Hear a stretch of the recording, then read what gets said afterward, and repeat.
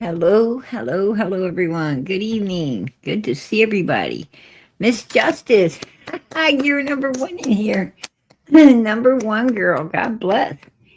And let's see, Mama Homestead, number two. Number two. And number three is Sue. Hey, girl, how you doing tonight? Good to see you guys. God bless.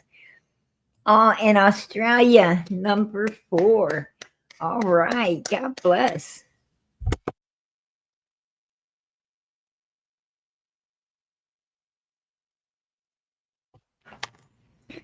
All right, you guys gotta bear with me tonight.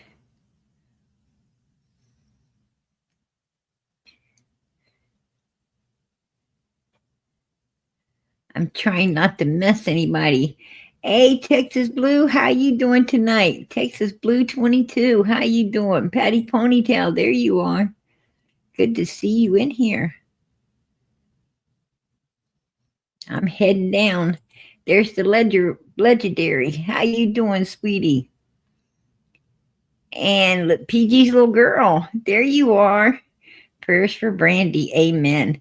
I hope everything went well. I hope everything went good for her up there. Um, I really do. Brandy is she's a beautiful soul, beautiful human, and she's a wonderful mom, really wonderful mom. So I hope everything goes well.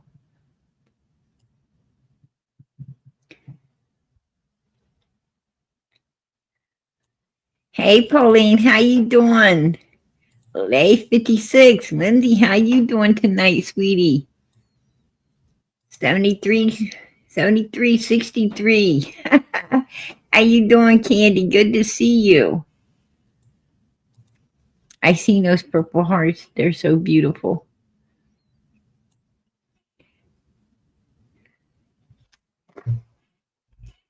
There's Carolina. How you doing? Maggie, good to see you, hon. Good to see you. Aw, hello, beautiful PG mods and chat. Much love. Hey, girl, much love to you. God bless. Good to see you in here, Florida girl. Pam, good to see you. Hey, Chris, how you doing tonight? Good to see you in here. D Hex, how you doing, hon? Good to see you. Hello, PG mods and chat. Blessings to everyone. We are Summer's Army. Amen. Amen. God bless, girl. Good to see you in here joining up with us tonight. And let me see. I'm hoping I didn't. Hey, Jean, how you doing, sweetie? Okay, we're to the bottom. Or to the bottom. Uh, amen. Prayers for Brandy. She is a real prosper and honorable mother. Yes, she is. Yes, she is. I'm going to tell you, I watched that case. I watched that case from day one, and I seen her. I seen her out in that field, looking everywhere for her son. I mean, she was just, she was going through so much. She was so lost, and she still kept going. There wasn't nothing going to stop her. And I mean, you had to have mad respect for her, right? I had mad respect for her. She was she's amazing. She's amazing. Everything she's went through, and she's taken it so well. She's took it so well. I think she stuck close to God, and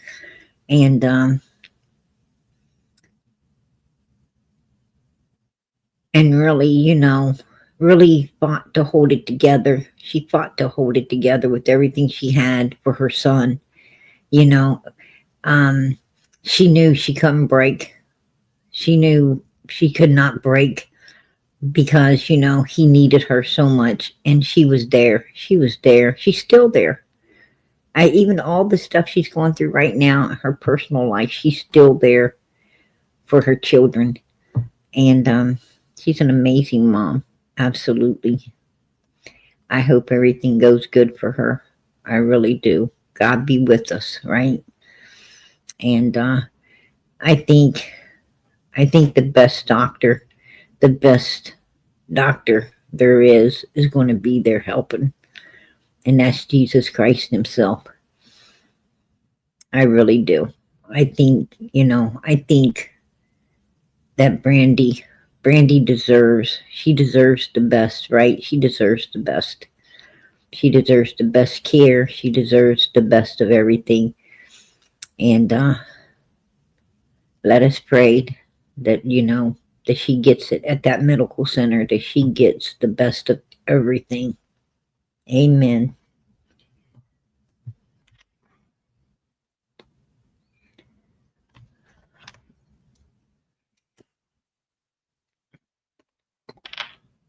Hey, Bridget. I appreciate that. She says, hey, PG, everyone in chat. Love you all. And may God bless you, PG. Hey, girl. May God bless you as well. I appreciate it. But yeah, there's some really amazing mothers. There's some real amazing mothers in this world.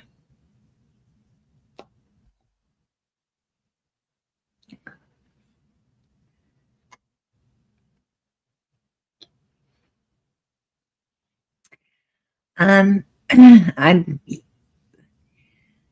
I agree. I agree, Jean. I hope she wins this fight. I hope she wins this fight. I hope they're able to do what needs to be done for her, and she overcomes this. I pray that I pray that she overcomes these obstacles. You know, that's what I pray for. I'm going to tell you, I believe in healing. I believe that, I believe if you believe in God and you believe in Jesus Christ, you know, through His blood you're saved, through His stripes you are healed. And all you have to do is ask and believe. And, and you shall receive. You shall receive. You know, um, and I hope that, I really hope that Brandy is healed, through Jesus' stripes. I hope she's healed. I hope she's, comes back 100% and, gets to continue to look for her son, continue to find the answers for him, and continue to be here with everyone, including her children, her family who dearly loves her, with all of us, right? With all of us. She's become a part of us. And I wish her the best, and I wish her family the best as well. God bless them. Brandy was a good person. Um, I really um, haven't really ever heard, I haven't really ever heard Brandy um, want anything other than people to keep Michael out there, to, to continue to spread the word and to continue to help in every way we can to bring, to find out what happened and bring Michael home. That's all she wanted.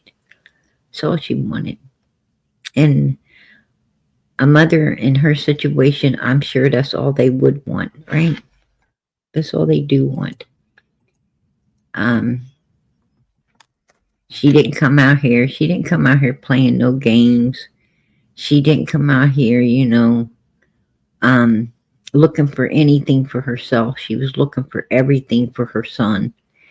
And, and was doing everything she could for her son as well. God bless her. God bless her.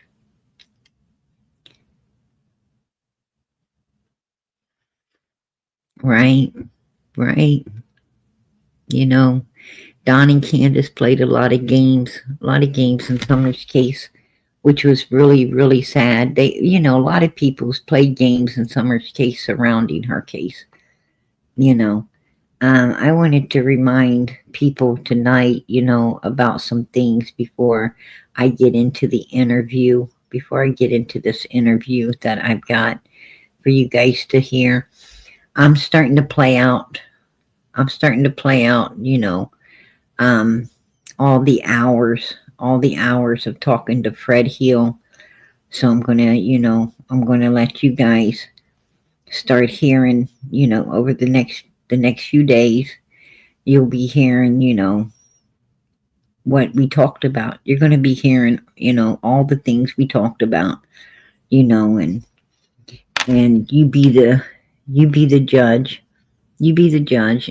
I haven't I haven't had a lot of time to sort through the text yet. I got them all. I absolutely got it all, but I haven't had the time to put it together. You know, I got my work, I got my family, I've got laundry, you guys. I got to wash, I got to dry, I got to cook, I got to clean dishes, I got to sweep and mop, and I got to pick up the house and make beds, and on top of everything else I do, um, you know, and I like to garden. I like to garden, and it's getting at that time where you know you've got to really keep up with your gardening right now. Um, and pretty soon you'll be clearing everything out, and winterizing everything, to put in a new garden next year. And so I stay quite busy. I stay really busy.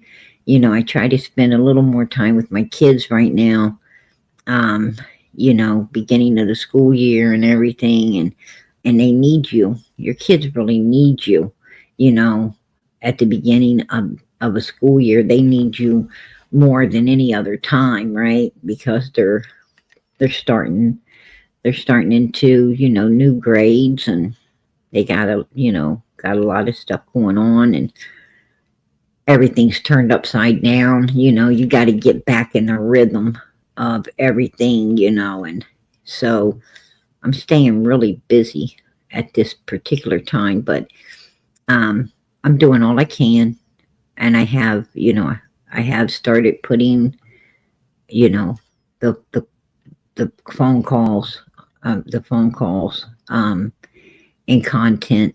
I've started the interview process tonight, night one of the interview, um, and you know, and we'll keep it rolling until all them hours are played out, um, and during during this time, I'll do everything I can to get the texts together as well. Roll those out, and you know, because I'm not going to, you know, Ziggy started it. Ziggy started it. We're going to finish it, right? She started it. We're going to finish it. That's how I believe. I seen a lot of stuff missing. I seen a whole lot of stuff missing. She was trying to hide stuff. There's stuff there she was trying to hide, and and I don't like that. I don't like people trying to hide things. Um, it's unnecessary. I also seen um, I also seen um, Cher talking tonight about um, Fred's going to take a polygraph, but Fred says that he refuses to lie. What he's saying is, see, they ask you when you take a lie detector's test, they'll ask you, like, you know, um, is your name Simon? Right? Is your name Simon? Simon says, is your name Simon? And you say no, right? Or I mean, you say yes. You don't say no. They'll tell you, they're going to ask you a question. They want you to say yes. So they ask you one like, is your name Simon? And you say yes. And that gives them a baseline for your lying. That they'll know because you lied. You just lied. And it makes a baseline. And, then they'll ask you, you know, if your name's what it is. And you'll say yes. And that gives them, of the truth. So, yeah, it's baseline questions. And then they start asking you the real questions. Well, Fred says he refuses to lie, that, he ain't going to give them a baseline. Well, if you got something to hide if you ain't willing to give a baseline, right? You got something to hide. Because, you know, um, when the, when Moses was leading the Israelites, right, into the promised land. Um, there was they sent a couple of men out, and those couple of men that were scouting the place out, happened to go, into this woman's house, and they were looking for him, and they was knocking on all the doors, and this particular woman, she lied. She lied for these two men. She hid them and lied for them.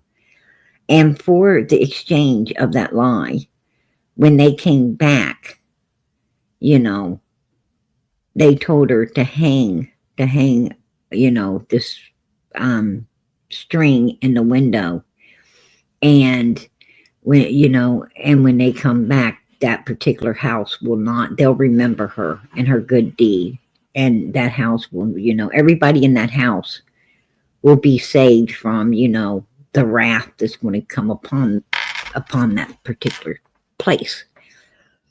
And she did. She lied and she let him escape and, get back to safety. And she did it for a very good cause. If you're taking a lie detector's test and they want to ask you a baseline question, like, are you Simon? And you say yes, so that they can get, because it's a lie, and they can get the baseline for your lying. That's a very good thing. It's for a really good cause, because it's going to clear you.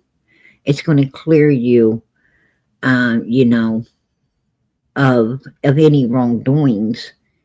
You know, they need that. They need that in order to get a perfect reading on your test. And why even take it?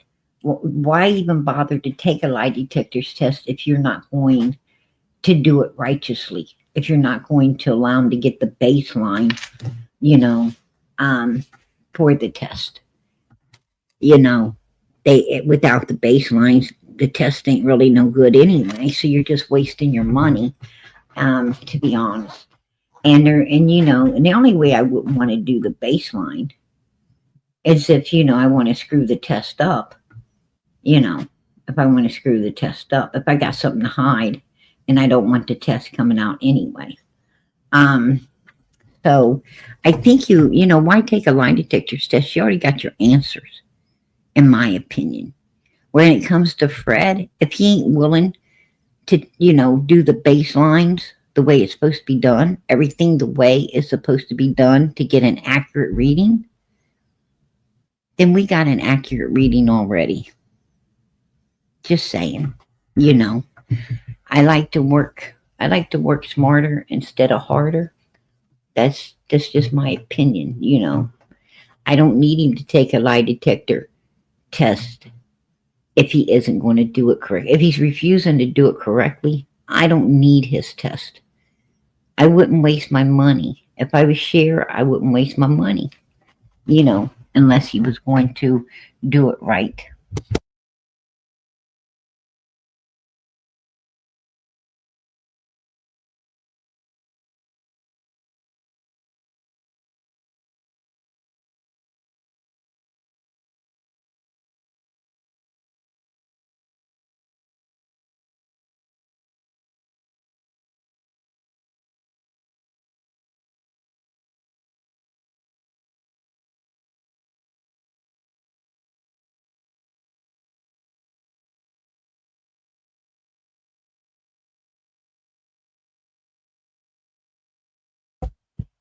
Okay, you guys.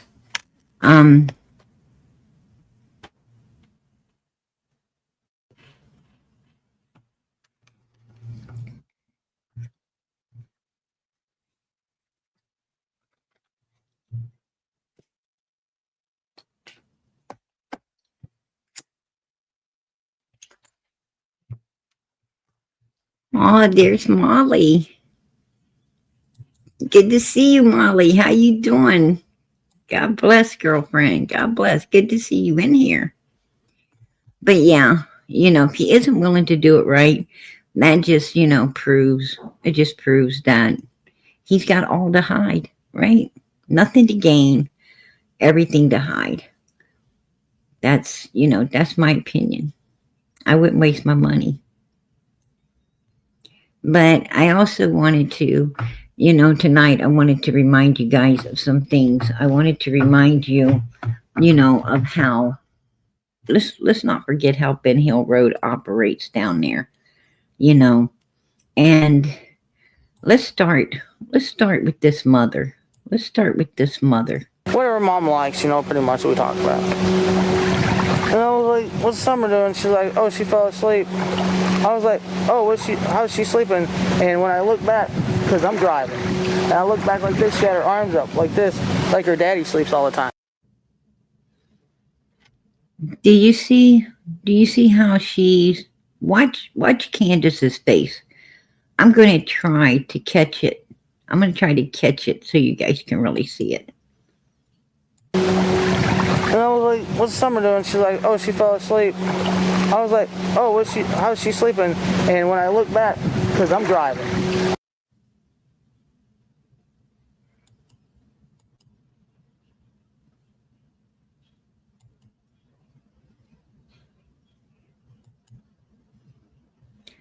Look at her face.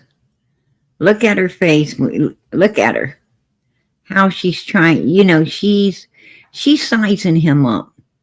She's looking at him like, is he believing my bullshit? Is he believing my bullshit? Right there. Right there. She's checking it out. Right? She's checking it out. Is he believing my BS? Exactly what she's doing. Look at her face. She knows she's lying, but she wants to see if he's buying it, right? Let us remember, these are criminal people. These are straight up freaking criminals that's already, already been in jail a few times, right? They've got records as long as your arm. They're used to lying. They were homeless. They were homeless out on the streets, having to lie, having to do what they have to do. These are professional liars right here. They've been pulling the wool over people's eyes and feeding people BS for a long time. And it don't bother her none to try to feed somebody. I mean, this ain't the first, law enforcement officer that she's tried to feed BS to, right? She's good at that. She's good at that. I mean, I'm sure there's been many that, and some she got away with it, some she hasn't. But she's going to try to figure out if, he's buying her bullshit or not. That's what, and I'm telling you, I love Chris because he's able to play her as much as she's trying to play him, and he knows it. He's a little smarter than her. He's a little smarter than she is. And he acts like he's, he knows what she's doing, and he's acting like he's buying that shit. He knows how he needs to look and how he needs to act to get where he wants to get and the information he's, that he's seeking to get out of her as well. So he's, she's putting on a show, but so, he's putting on a good one too. And I look back like this, she had her arms up. You see her? Did you see her? Watch. Hold on. I'm going to try to capture where she... Hold on. And I look back like this, she had her arms up. Did you see right there? Right there. little bit. Oh shit. I'm going to try to go back. because I'm driving. And I look back like this, she had her arms. Did you see her flick her eyes towards him? She flicks her eyes towards him again to see, you know, if she still got his attention, you know, if he still, you know, if he still looks like he's believing her. She's checking out his face, you know, and he's really checking her out. He's really checking her out. And I don't think he's buying a damn thing she's saying. Like this, like her daddy sleeps all. Look, now she's, you know, now she's trying to really, you know, really lay it in there because, you know, what she saw so far, what she's been seeing so far, he looks like he's buying it. All the time. Okay. So I wanted to catch that moment. Okay. You know, it's just things I do. Look at her. Look. I'm going to tell you, she's, you know, Chris knows when somebody's working that hard to try to convince you of something. It's probably BS. Right. And I was like, here, Mom, hurry up, take that picture. And then she accidentally hit the video record instead of the picture part. Okay. So like, did you catch it? She like, F, no, I You see how she keeps staring at him? And he's got a smile on his face like, you know, like, yeah, you're feeding me candy. You're feeding me candy. You know, he's going along with it all. You know, he's making her happy. And that's what she wants. That's what she wants. only hit the video part. That's what you get for handing Grandma the camera. Yeah, well, I was driving though. Okay. And I was like, did she put her arm back down? She's like, yeah. I was like, dang. And then she got a picture of her, but by that time her arm was down. But her arm was up most of the time like this. Now, did you see when she said her arms was down? Watch. She don't put her arm down. She puts her head. She puts her head. She drops her head, not her arm. Watch this. Watch this. By that time, her arm was down. See her drop her head? She didn't drop her arm. She dropped her mother freaking head. Did you see that? Take a look at it again. Watch this. Well, I was driving though. Okay. Watch her hands. Her fucking hands don't drop. Her damn head does. Watch. And I was like, did she put her arm back down? She's like, yeah. I was like, dang. And then she got a picture of her, but by that time her arm was down. But did you see her drop her head? She dropped her mother freaking head to the side. Like, you know, somebody conked out. You know what I'm saying? Like, if you were talking about, like, you know, you're out partying and whatever, and you're talking about your girlfriend, you know, and you're, you know, like talking to somebody else, and you're like, oh man, she was sitting there 1 second, and the next thing you know, she's just like passed out. And you know how you throw your head to the side? She passed out. You know what I'm saying? She was like no longer with you. That's the way she's talking. That's the action she made there. You know, if you're not going to throw your head to the side like that, if somebody put their arms down, right? You're not going to throw your head to the side. You just, that's an unnatural reaction. You know, you're going to keep your head straight and say, you know, turn around, their arms were down. You're just going to use your arms. You're not going to throw your head like that. That's, you know, that's just weird right there, you guys. That's just freaking weird right there. her arm was up most of the time like this. Right. And we were like, and no, Candace, her arms couldn't be up like that most of the time. 2 minutes from the house when she took her arm down. Okay. And then when we got to the house, She lied. Summer couldn't have ever had her arms up like that. Take a look here.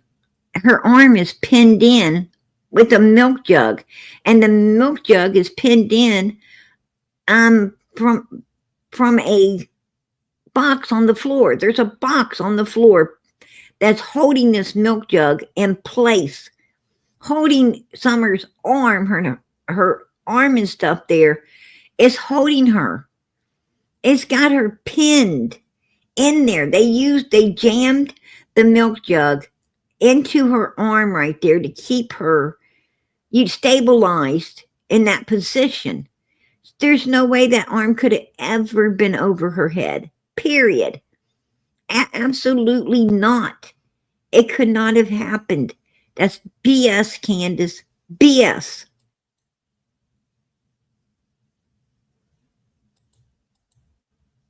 And she wasn't in the right position for the arm to be able to be up anyway.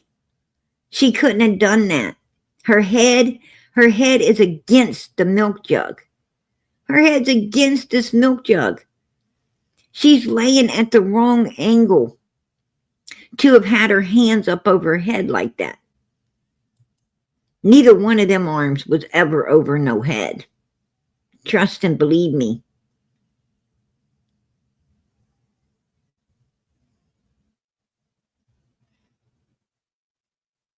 Right there, look. You would be half the lay like Candace is to have your arms up. Look at Summer. She's not laying that way. Summer is propped up. She is propped up on that milk jug. The other milk jug is pinning her arm in to hold her stay, and the seat belt, between the seat belt and that milk jug holding her arm in, and the other milk jug, she's all pinned in there. There's no way in hell she could have ever been laying like this. No way in hell. There's no truth to that. Yeah, exactly. She was laid that way to hold her in place. And you can even see her jacket behind that other milk jug right there, like they pulled her jacket that way to hold her in with the top milk jug as well. Why would her jacket be behind there? Why the hell would her jacket be behind the top milk jug like it's trying to hold her in places? And the top milk jug is pinned underneath the other box. Look how they pushed it way up under there to pin it in order to pin her against it. I'm going to tell you, this is staged. This is absolutely staged right here.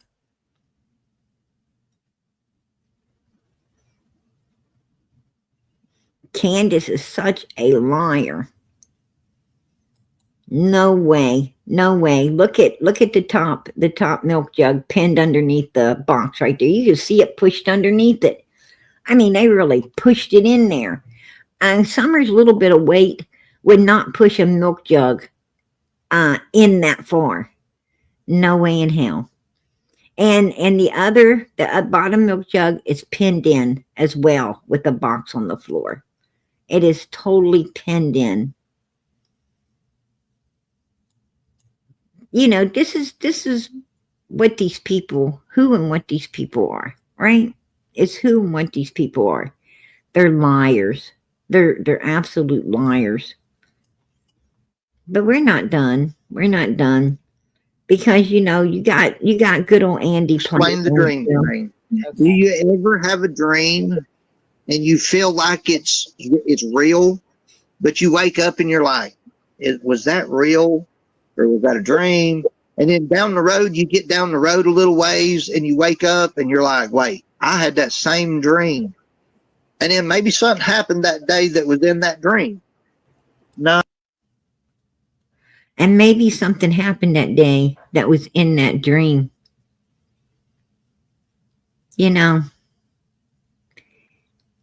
Yeah, Andy, I bet something did happen that day that was in that dream.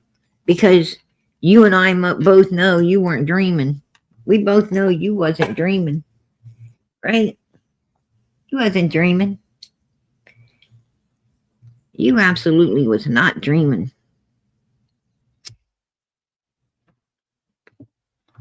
Jody Sue done toed on your ass. She's all scorned over losing you, and she toed on your ass. She told that you was the last one to see Summer's body. She told that you were supplying the stuff to Candace to sedate these little girls so they can be touched by some real disgusting human beings. She told it all. She told it all. And I believe her. And I believe her. I absolutely believe her. Maybe not. Maybe it's just a fucking hick thing. Let me explain. That's a head thing, all right. It's head games that you guys love to play out here. That you love to come out here and play.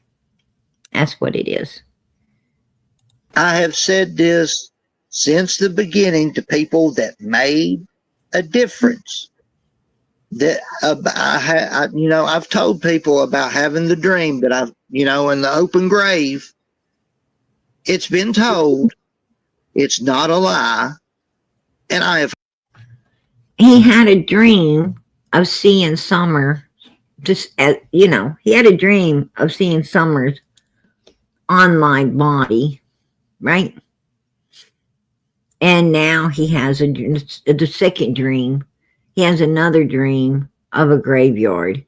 First, he had the dream when Jody Sue said he was saying to my daughter that he saw some of the worst things, that he saw Summers, was the last one to see her online body, this. And then her daughter came out to solidify it. And the daughter's like, oh, he was talking to me and my brother, not just me. He was talking to me and my brother, right? And Andy, at first, Andy's like, oh, she's lying. She's just saying stuff because she dislikes me. She wants to make me look like a monster and all that. Then all of a sudden he changed it to, yeah, I did. I seen it in a dream. It was a dream, and then when she comes out and tells about how he was, giving Candace stuff to sedate these children so they could be touched, he starts wanting to talk about, the open grave and how he has a dream about an open grave now. I mean, he ain't having no dreams. This shit's for real, right? This stuff is for real. And these people,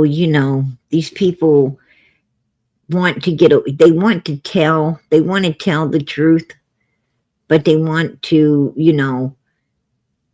tell it in a way they can retract on it, and so law enforcement don't pull them in and they don't end up in prison. That's and they're getting away with it, where the average person wouldn't get away with this. The average person would not get away with this. This can only be done in Hawkins County, Tennessee. There ain't nowhere else on the whole face of this earth that someone could do this other than Hawkins County, Tennessee. I've heard my whole life that the best time to get rid of somebody is when there's an open grave. The dude was buried on what day? The 18th? Okay, so 3 days after Summer went missing, they buried that dude. Do you think they dug the grave the day that Summer went missing? I'm saying it was dug between the day the dude died and the day Summer went missing. Oh, wow. He said, I would say that it was dug between the day that this guy died and Summer went missing. That's a real catch right there, you guys. That's a real catch. Because if I was talking about someone's grave, I would say, well, they had to dig his grave somewhere between the time he died and he got buried. He dies on the 11th. He gets buried on the 18th.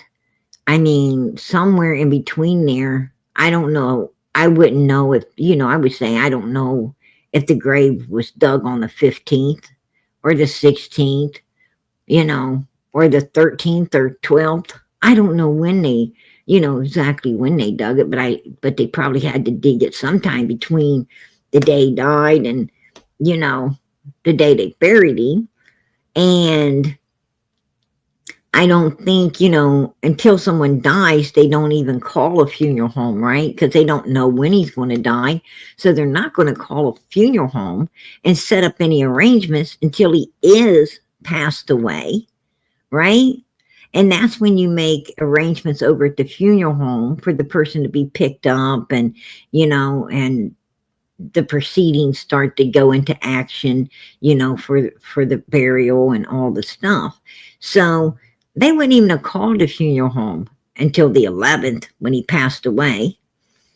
And the funeral home, and with the paperwork and everything, they probably didn't even do nothing about it till the 12th. Probably had the people come in on the 12th or 13th. And at that time, then yes, they would have planned for the plot to be, dug out and everything to start to be put into motion, right? Setting up a showing, getting, if the family hasn't already picked out, what kind of, casket and, and so forth and so on that they want for him, then they would have to come in. They would have to come in and, pick that out. And usually it hasn't been picked out yet because you didn't expect the person to really go on you. So, you still have to go in and pick out the vault and pick out the casket and pick out, and pay for the vault and pay for the casket. So, yeah, I mean, a lot of paperwork involved in all of this. A lot of money involved in all of this. So, in my opinion, this is just my opinion, he died on the 11th. I'd say the people, probably had the funeral home come over and pick him up at the hospital. Probably, hospitals don't like to hold, bodies there very long. And, and it also depends on if the guy got an autopsy or not, but he still had to get him, get prepped and everything to go in a casket. So, more than likely they went over and picked him up on the 11th or the 12th, and brought him to the funeral home. I say on the 12th, he was probably, or 13th, he was, getting prepped. He was getting prepped to, for everything and, getting ready for everything. So that, because people, unlike people, they deteriorate really fast. And if they deteriorate, they start to, and that's not good. So they usually, do all the prepping and everything. And, then they kind of preserve them and then set them aside. But,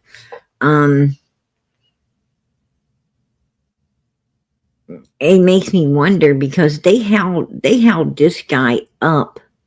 Usually they only hold you up for like 3 days, right? Like if you passed away today, then, the funeral home would get you and prepare you. And then, like tomorrow and the next day and the next day, they would hold you up for 3 days before, you're buried. So that would have been 12, I say 13, 14, 15. Yeah, they probably would have had that grave dug before the 15th because the funeral home wouldn't have banked on having him above ground more than 3 days, after passing away. They would have counted, the 12th one day, 13, one day, 14th one day, which is 3 days. So they would have planned on burying him on the, so they would have already had that dug out. Andy's right. Andy's right. And something must have happened that the family, you know, couldn't get together till the 18th to put him to rest. So let me take a look here. I'm going to have to just give me a minute, because this is the stuff you got to do.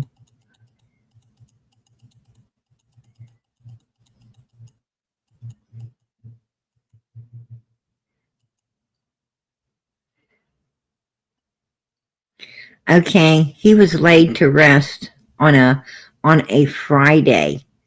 He was actually laid to rest on a Friday. He passed away on a Friday, and he was laid to rest on a Friday. Summer came up missing on the 15th, and this guy was laid to rest on the 18th. He passed away Friday, and they laid him to rest on Friday. So they kept him up overtime, which a funeral home, you know, usually a funeral home would not, you know, suspect you to do that. So they probably did, you know, plan on a 3-day, and had already had that particular grave site. And Andy said it. Listen to him. I didn't say it. Andy said it. We just caught it. Between the day the dude died and the day Summer went missing. The 11th. See? I suspect they dug it between the day that this man died and Summer went missing. I suspect they did it then. I would have suspected they would have done it between the day that the man died and the day that the man was buried. Put a 1 in the chat if you agree with me. I mean, I think that's a slip of Andy's lip, to be honest with you. Yeah. Right? Because they're friends with all the grave diggers. They're friends with all the grave diggers. I think it's a slip of his lip that we just caught. Because that's how I would have thought. I mean, I would have, you know, I'd have been like, it had to be between the time this man passed away and, you know, and then got buried. I wouldn't have said, you know, I wouldn't have said, oh, it had to be dug between the time, you know, this guy died and Summer went missing. Whoa, what do you mean? Why would it need to be dug? You know, what does Summer have to do with this guy's grave getting dug? What does Summer got to do with this guy's grave getting dug? I'm telling you, there's something about that grave very suspicious, and it truly needs to be looked into. And I'm going to tell you another thing. Put a 2 in the chat. Put a 2 in the chat if you feel like Andy Bernard has said this before to somebody else, like Don and Candace Wells. Put a 2 in the, if it actually sounds rehearsed as if he said it before to someone else, like, you know, he knows what the fuck he's talking about and he's done said it to someone else. That's how I feel about this conversation right here. Because listen to it. I mean, it's like, you know, it's like when, you know, somebody, you know, tells you something, you know, and then you hear him telling somebody else, you know, and like when it first happened and, you know, something happened and you're the first one this person told, you know, it's not as, you know, it's not as rehearsed, you know, as when you hear them tell somebody else. That now when they go to tell somebody else, they really sound like they know what they're talking about, right? Because they've said it before. And, it, you know, possibly a few times, you know, and that's how this sounds. This sounds like Andy has said it, to other people before he ever said it to us. Because, like, he's so confident, right? He's so confident. It's like this ain't the first time he's saying it. And that bothered me too. I have said this since the beginning to people that made a difference. That I've told people about having the dream that I've, in the open grave. It's been told. It's not a lie. And I have heard my whole life that the best time to get rid of somebody is when there's an open grave. The dude was buried on what day? The 18th? Okay, so 3 days after Summer went missing, they buried that dude. Do you think they dug the grave the day that Summer went missing? I'm saying it was dug between the day the dude died. See, he said, do you think it was dug the day that Summer went? No, I say it was dug before she went missing. What? I'm going to tell you, all of what happened to Summer seems to be pre-planned. Everything that happened to this little girl seems to have been planned the hell out.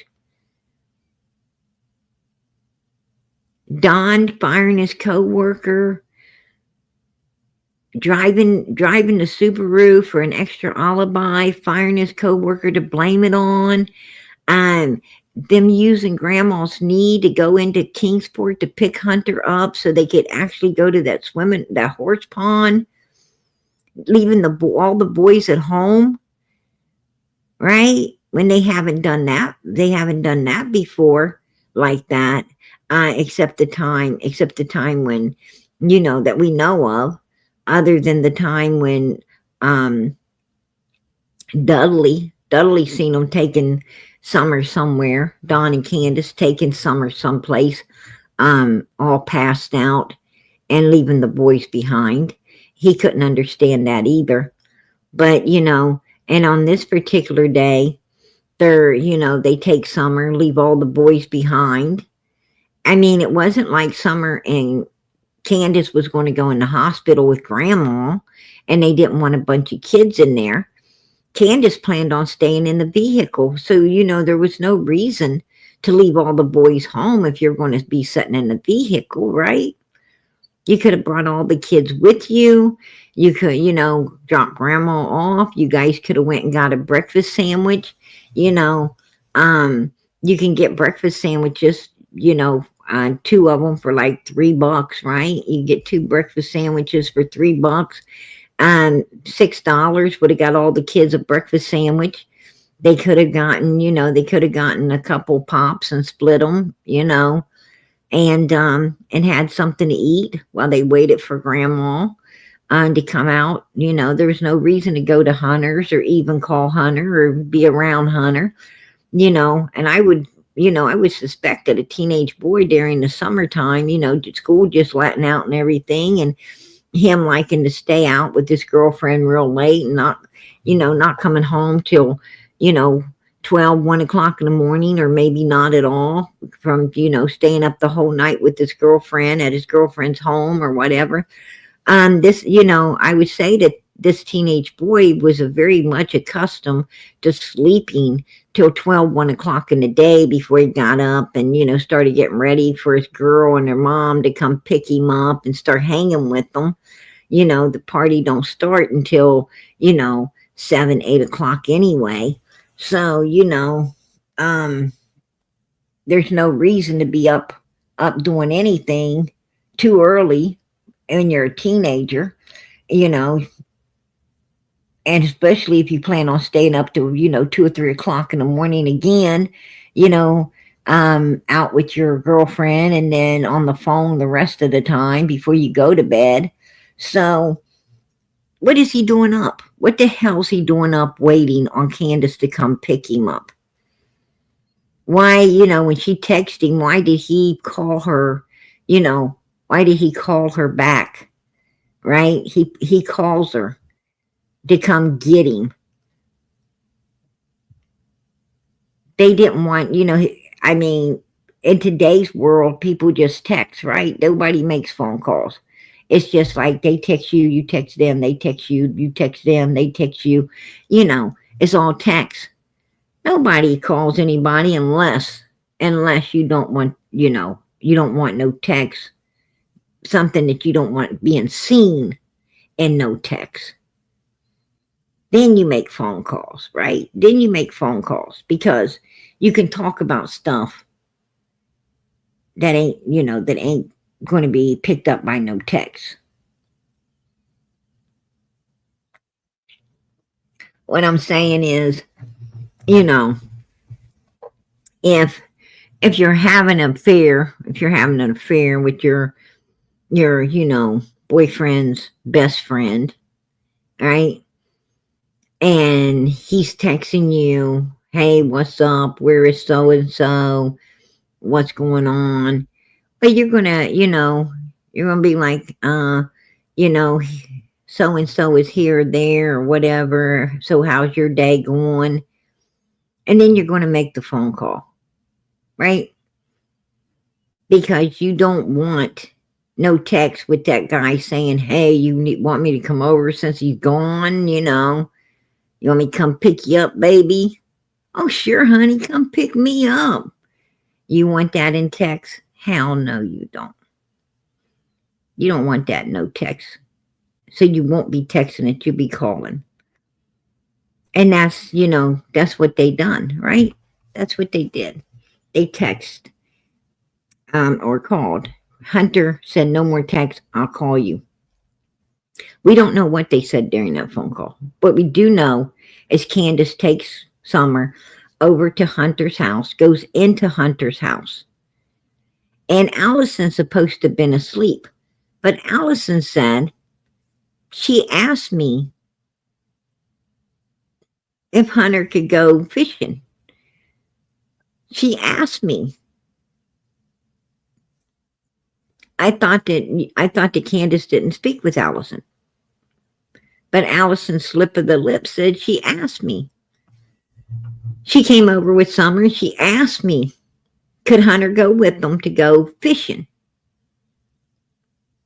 She didn't say Hunter asked me. She said she asked me, which means Candace asked me. Right? I'm going to tell you, Allison's house was, it was nicer. It was in the city and it was nicer than the Wells house, but it was just as corrupted. It was just as corrupted as the Wells house. Right? Just as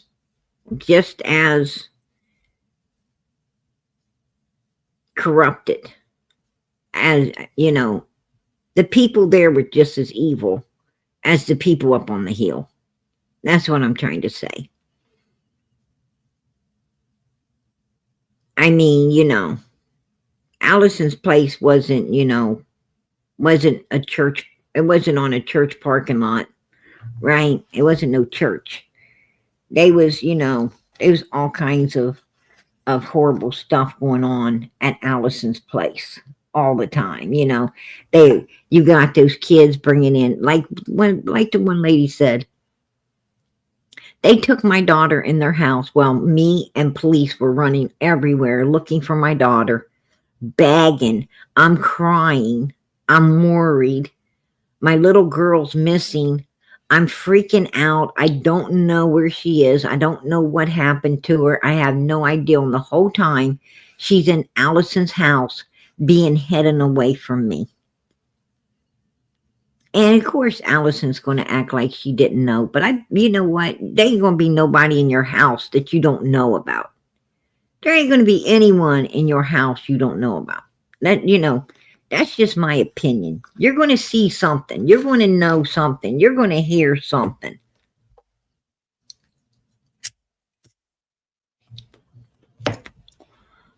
But when I was growing up, I had a lot of girlfriends whose parents would allow that.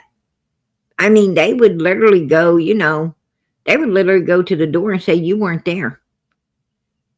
I ain't seen her. I don't know where she's at. No, my daughter's home, but I don't know where your daughter is. And you be sitting right in there. I've seen parents like that. And I tell you, and that's the truth. I mean, you could have stayed at that house. You could have stayed at that house a whole month. And nobody would have knew you were in there.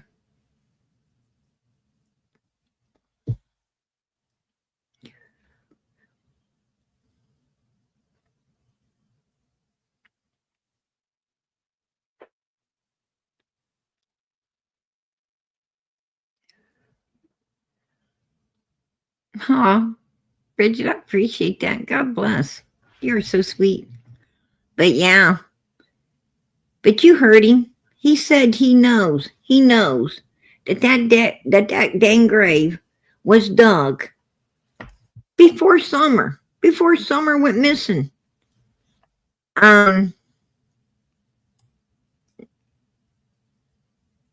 Everything staged. Everything was staged. Grandis used her knee to go into Kingsport in order to pick up Hunter, in order for them to go to the swimming hole, in order for them to destroy this little girl, because some reason they felt they needed to destroy her to keep from going to prison. That's my opinion. I'm going to keep it. Died, and the day Summer went missing, the 11th. Not if she went over there on the 15th when Candace left at some point in time off that fucking hill. Oh, he says Candace left at some point in time off of that effing hill, right? Oh, he's throwing Candace under the bus. But you know what? One good turn deserves another. Candace threw him and Jody Sue under the bus, right? They throwed him, Jody Sue, and Jody Sue's son under the freaking bus. And Fred Hill threw Jody Sue's son under the bus too, right? He threw him under the bus. He's like, what was that boy doing in that swimming pool up there with Summer when I went up there? Well, what the hell was you doing there? And why were you so angry that this guy is in the pool with Summer? Why are you so angry? And why do you got such dirty, nasty thoughts in your mind? Why is those kind of thoughts going through your mind? You need your mind washed out, right? You need your mind washed up and washed out thinking that kind of stuff. Your mind needs some soap and water. Be thinking that kind of, I wouldn't ever think it. I wouldn't think to think it.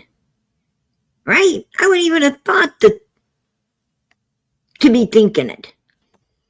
Because my mind don't work like that. My mind don't,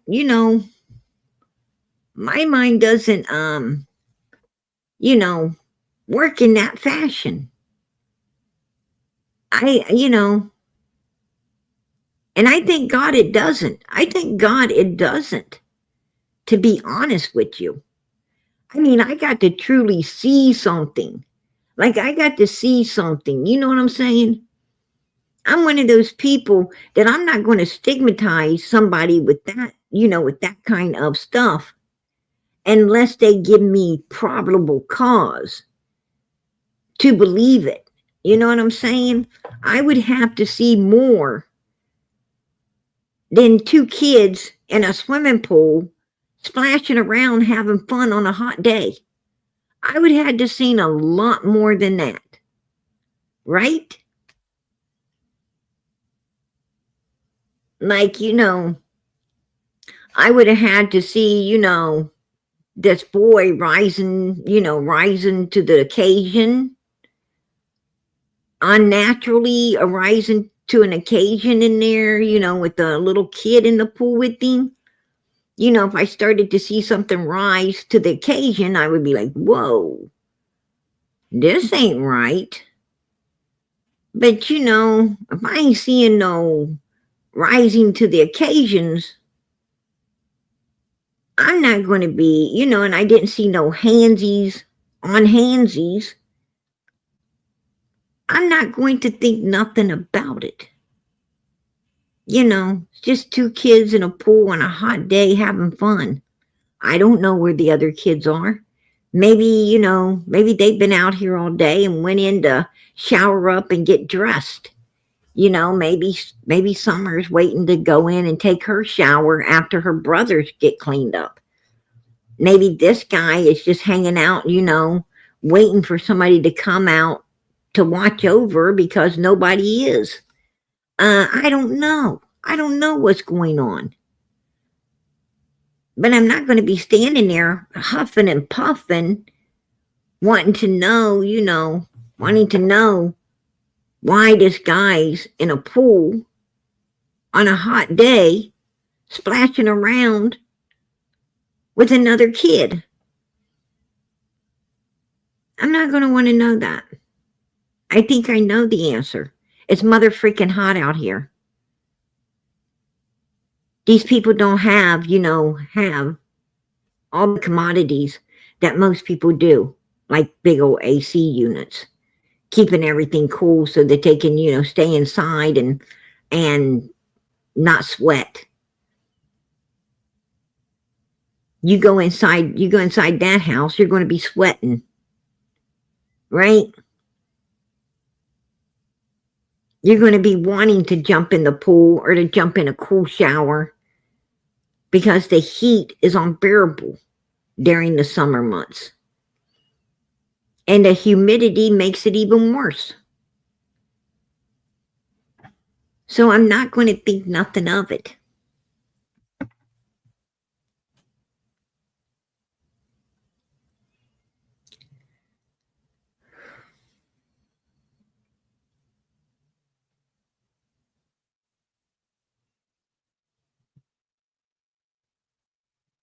I thought Don B quit doing true crime.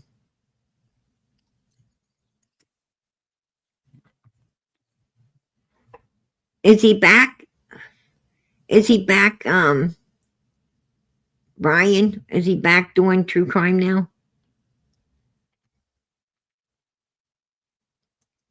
Is he back? You said he did. He's talking about DNA. It's my personal opinion that if Summer is in the box, if she's in a black tote, right? If she's actually in a black tote, like Candace said, Candace made a slip of the lip and talked about the black tote. Now, if Summer's in the black tote and she is actually down in that particular grave site underneath a vault and a casket, she could be, that's like being in a Ziploc baggie. There could be plenty of DNA down in there. She may not, you'd be surprised. You'd be surprised. Sometimes they find people that look like the day they passed away. Like they haven't deteriorated at all because of, they were in like a really cool climate, or they were, in a really sealed up climate where the elements couldn't get to them, and they're in perfect condition. So if she's down under there, she could be in perfect condition. And they would be able to tell exactly how she passed away. They'd be able to tell, if there was anything in her system. They would, even 10 years later, they'd be able to tell it. She could be preserved. She could be preserved for 10, 15, 20 years inside of something that's sealed up. Because they ain't no elements getting to her. She's like, vacuum packed. She's like vacuum packed in there. So, they could still, and they probably could do a spinal tap and tell everything that was in her system They could, they would be able to tell a whole lot of stuff. Would be able to tell, how she was abused, why they possibly had to get rid of her. Yeah, absolutely. We're doing all we can to get that gravesite looked into. We are definitely doing all we can to get it looked into. From my understanding, somebody's going to get it done. There's different people right now looking into it. Different people, there's different people willing to go there and scan that ground, to see, if she indeed she is, or if anything, anything's down in there that shouldn't be.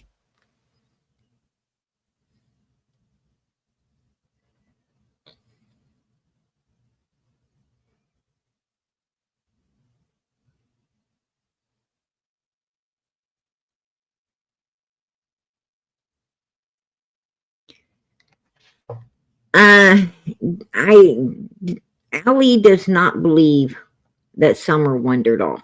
Absolutely not.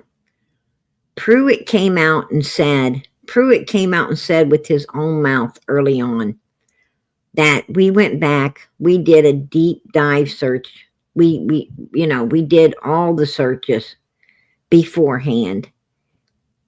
And there was no signs of Summer being out there. We felt that if she was, there'd be something. And there's nothing. And then he said that's why when the foliage went down, we went back and did, another extensive search down there again. And we found nothing. And he said at that point, they were pretty sure she didn't wander off. That came out of Pruitt's mouth, right? That came out of his mouth, not PG's. That is exactly what Pruitt said. So, I don't know.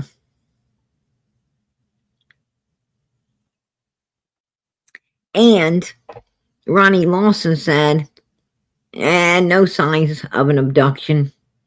We have no reason to believe that this child was abducted.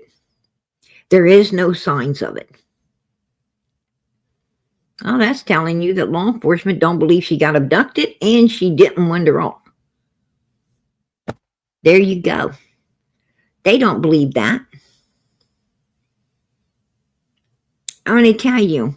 And if they believed that she wandered off, or they believed that she got abducted, they would be looking somewhere else. They wouldn't be keep going back to 110 Ben Hill Road. They wouldn't keep going right back to Don and Candace's place. And that's every time they go right back there. So that tells me they don't think she wandered off. They don't think she got abducted.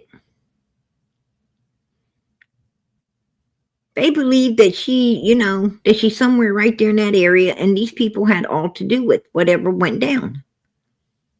That's what that tells me. Just saying. I don't know. Took her over there. Maybe she went to Fred's and Fred helped her. Maybe she went to Fred and Fred helped her. I think Andy's getting a little even with Fred throwing him under the bus. Right? And Candace throwing him under the bus, and Donald. I think Andy's trying to get a little even with these people, right here. But that's how they play their games. You blame us, we'll blame you. These people won't be no the wiser to it. This is how you got to do if you want to get out of what truly happened. This is how you got to act. This is what you got to do. Right? Forgive me, but I'm going to have to talk some shit about you. Right? And that's what they're playing. That's what they're playing right there. You know how it is. You know how it is when, you know, you got to act like you don't like somebody because, it's going to hurt somebody else's feelings or possibly, could get a lot of people in trouble. So you got to act like you don't like them, that you don't even know them. Why would you hang around them? Why would you be around them? I don't even know them. I think a lot of us have done it, right? Your parents see this guy walking past your house, all staring up in it, right? And he walks on. I mean, he hasn't ever really came by your house before much, if ever. But all of a sudden he's coming by. Who's that guy? You know that guy? Does that kid go to school with you? No. I ain't seen him. He might go to school with me, but I ain't never seen him before. Right? I don't know him. And then, you've been meeting up with him every morning, walking to school. He's been walking you halfway home every day. You've only been his girlfriend for like what, 6 months? And your parents still ain't hip to it?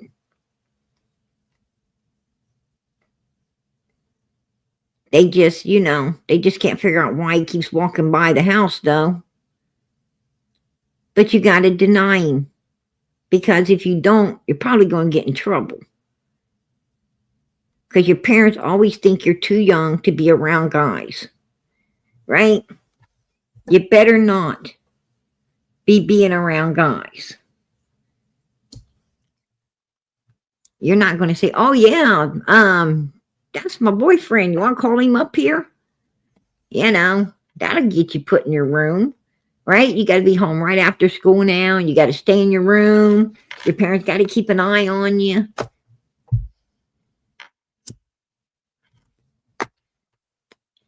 They're not going to have you, they ain't going to have you getting your tail fixed by some young boy.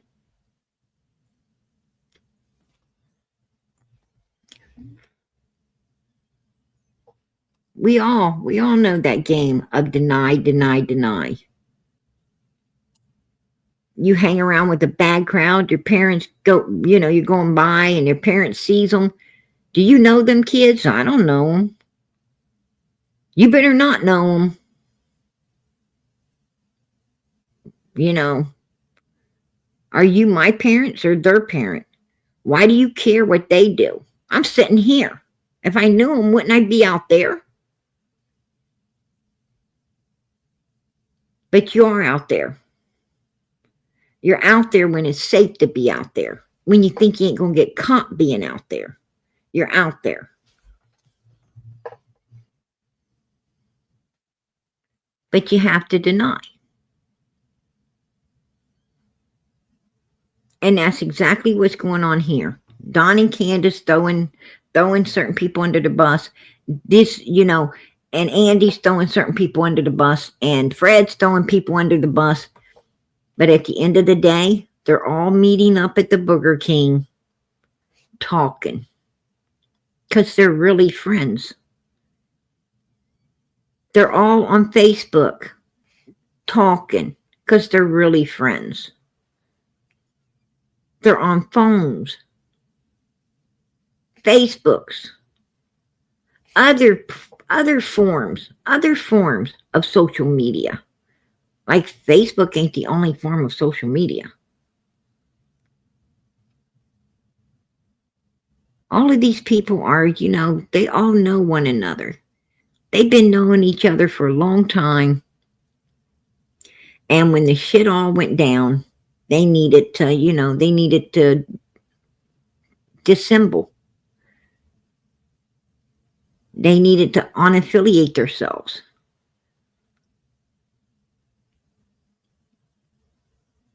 So everybody doesn't end up going down.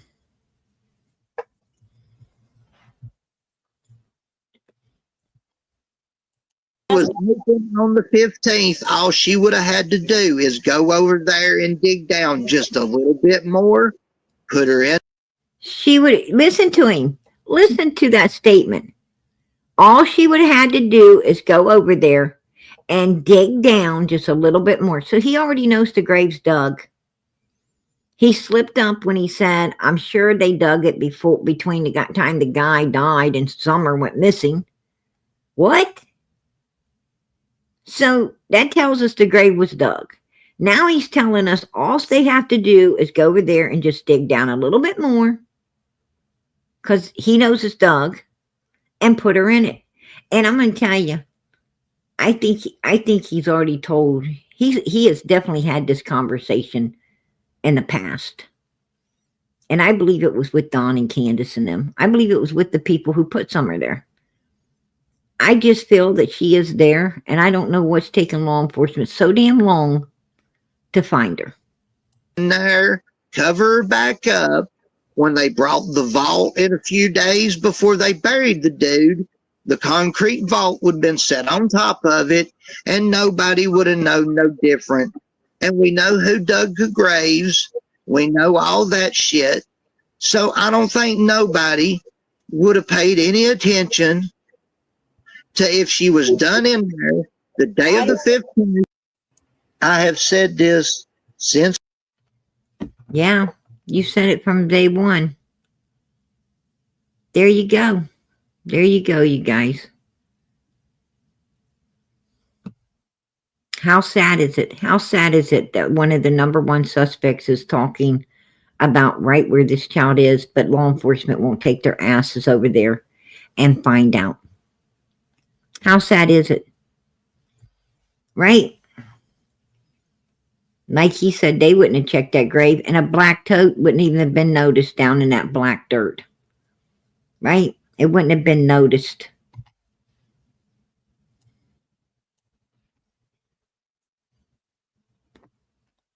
Oh, I know what they was doing the day before Summer went missing. I know exactly what they was doing the day before Summer went missing.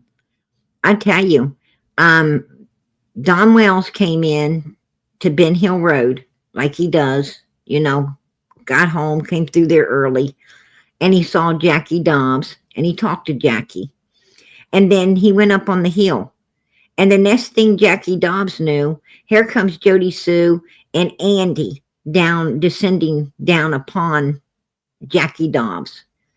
And then they had a big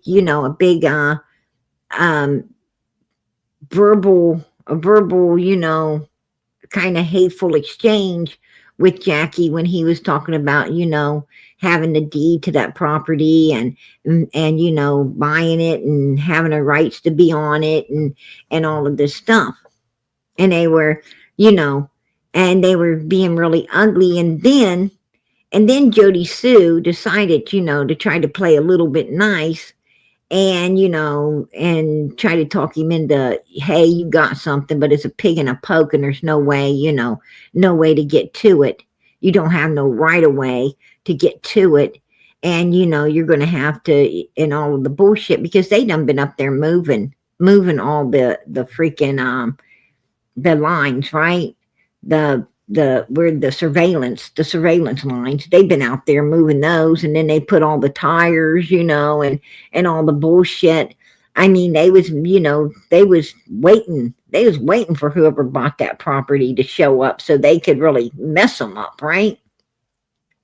And then, when Jackie was getting persistent with his deed and this being his property, and so forth, they end up calling law enforcement, right, to come out, and law enforcement did.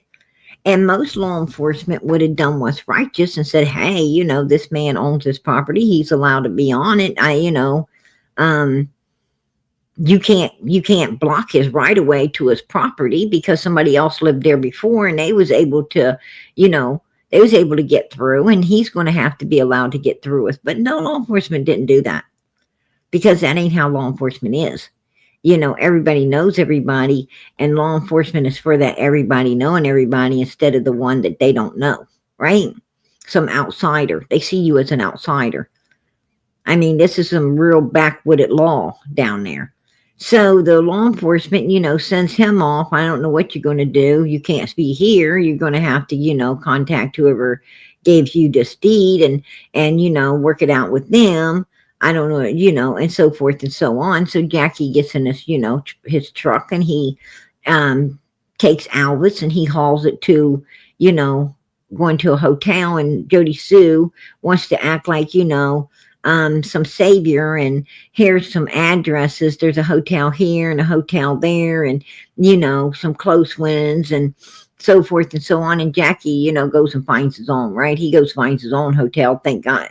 And then after Dawn and Candace and Grandis descend down there at the bottom of the property, along with Andy and Jody Sue and their kids and the Wells kids, they're all running around down there, really making hoot and hollering, making up, a whole hell of a lot of noise until almost dark, right? Getting dark. And then they decide to, send the kids up with Grandis and the other kids up, the boy up with the sister, and they get up in a vehicle, and they go out looking for Jackie Dobbs. They go to the places they, suggested to him, looking for him. And they went up and down every side road and, and everything else, looking for this old man. And Jody Sue wants to say, oh, the reason that two healthy-ass young guys and two pretty young damn women went looking for some 70-year-old man, right? Some old 70-year-old man that could barely get around. We went looking for him because we were afraid of him. We were scared of him. Really? You're afraid of a 70-year-old man that, is totally out of shape? And really? Are you serious? I seen Jackie Dobbs. He sure didn't scare me none. He didn't scare me a lick. At all. Period. Right? He sure couldn't catch me if I ran. He wouldn't be able to catch me. If I lived up on a hill, I doubt if he could climb it. He'd have to drive up it. I don't think, he'd have to sit down a few times if he tried to climb it. And I'd seen before he got there. So, what is there to be afraid of? And then I confronted Andy. I said, why did you guys go following this man? He wouldn't tell. I said, why did you follow him? He wouldn't tell. He said he pleased the fifth. Well, that's because the reason they followed him would have got him in a lot of trouble. Right? So he wasn't going to tell why they went looking for Dobbs.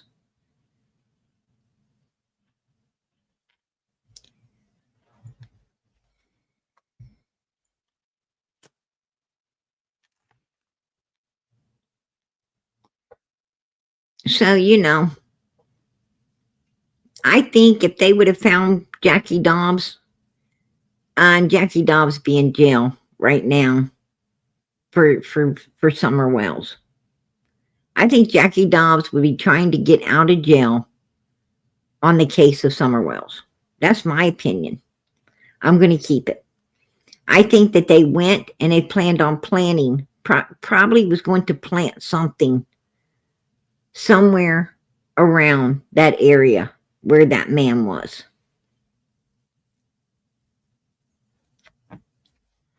That's, that's my opinion.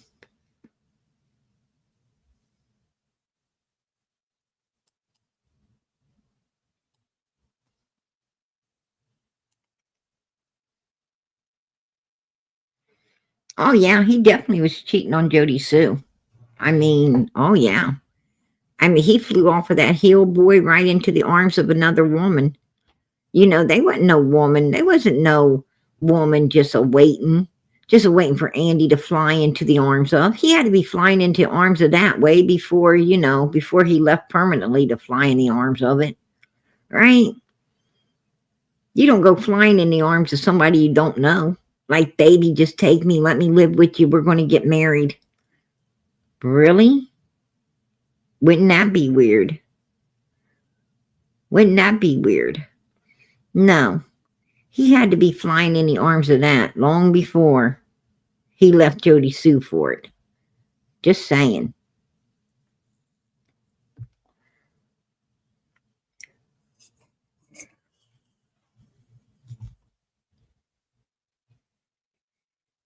Yeah, I believe that Jack and Lily both are no longer with us.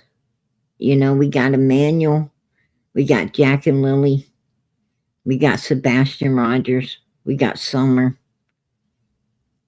you know. And in my opinion, you know, Michael Vaughn as well, because of those, you know, because of those weird people who seem to, you know, had some, you know, somebody in the backyard and had moved them. So, you know, you don't put somebody in a backyard like that if they're still with us. So, you know, you just gotta pray that somebody, you know, that somebody tells you. I think personally, I think Michael's going to be found in one of the neighboring yards around there. That's my opinion. Because that Stacy guy talked about jumping over a fence. He talked about jumping over a fence, that he talked about, you know, a fence being climbed and, you know, into a neighboring yard. That's what he was talking about. That's what he told me anyway. That's what he was talking to me. When I talked to Stacy, he was talking about, you know, somebody going over a fence in a neighboring yard. And that, you know, that's what led me to believe that that's probably, you know, they probably thought it was safest to put Michael in a neighboring yard than their own. You know, and they probably did it at night, and you know, they probably knew the people and knew when they could get it done, and, you know, without being seen, and did it. But that's what I think. I think that, you know, Michael's real close to that particular house, but in someone else's yard. That's just my opinion.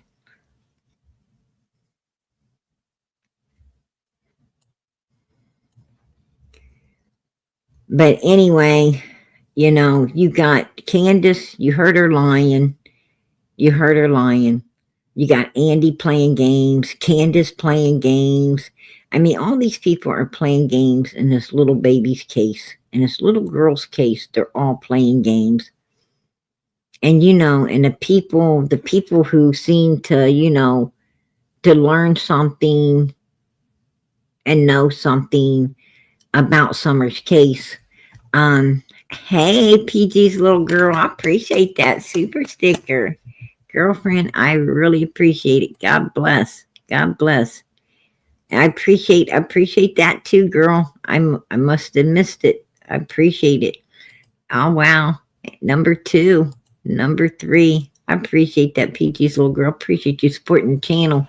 God bless. God bless. And Summer's channel can use it. Trust and believe me, it can use it. So I so appreciate it. God bless you.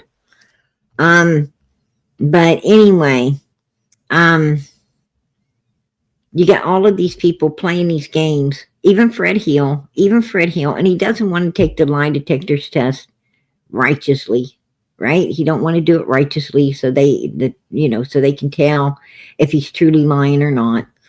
And it's just a waste of money if he's not going to, right? It's a waste of money. And his last lie detector's test. Oh, and I want to tell you, Cher said that, you know, that law enforcement asked Fred Hill, do you think Cotton Simpson had anything to do with Summers being missing? That's bullshit. That is bullshit. Fred Hill said that they suspected him in not one, but 2 different cases. And if you ask me, that suspicion is 1, Cotton Simpson, and 2, Summer Wells. That's my opinion. I'm going to keep it. And I'm going to tell you something. They did not ask him that question. That question was not on his polygraph. I have it. I have the whole thing. And I'm going to bring it to the table. I'm going to bring it to the table on tomorrow. Matter of fact, tomorrow, while you listen to some more of Fred's interview, you're going to also see that polygraph, and every question was about Cotton. Did you hurt him? Did you help anybody hurt him? Did you see anybody hurt him? That's what that polygraph said. It was Cotton, Cotton, Cotton. It had nothing to do with Summer Wells. So that's bullshit. I don't know where, that's what I don't like. Is if you're going to talk about a missing child's case, at least know what you're talking about, right? At least know what you're talking about. Don't spread bullshit. It don't help the child. Either you're for this child and you're going to do everything righteously for the child, like your homework on knowing, facts and non-facts. So you can spread the facts and keep non-facts out of the case from messing it up. But, and then when these people get called out, they get called out for not knowing, like Lisa, right? She was going to do a live on PG last night, and she postponed it to tonight. Then she postponed it again until like next week or something. I mean, just postponing it. Girl, you need to, either you're going to do it or you don't, because people got questions. They want to ask some questions. They got something to say. Bring it on. If you're going to do it, do it. And, don't be postponing it all the time. That's insane. Stop it. But she didn't spell Summer's name right. Right? She spelled it like Summer. It's Summer. Okay? Spell it right if you're going to spell it. That's what I got to say. Do it right, man, or don't do it at all. Right? Go big or go home.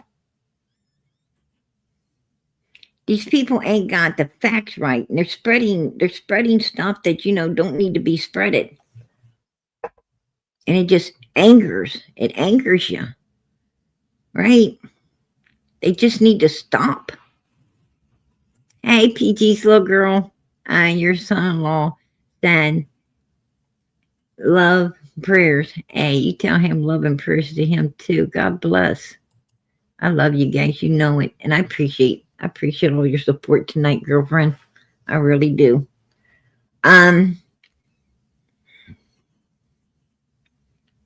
Yeah. It's unbelievable. It's unbelievable what people would do.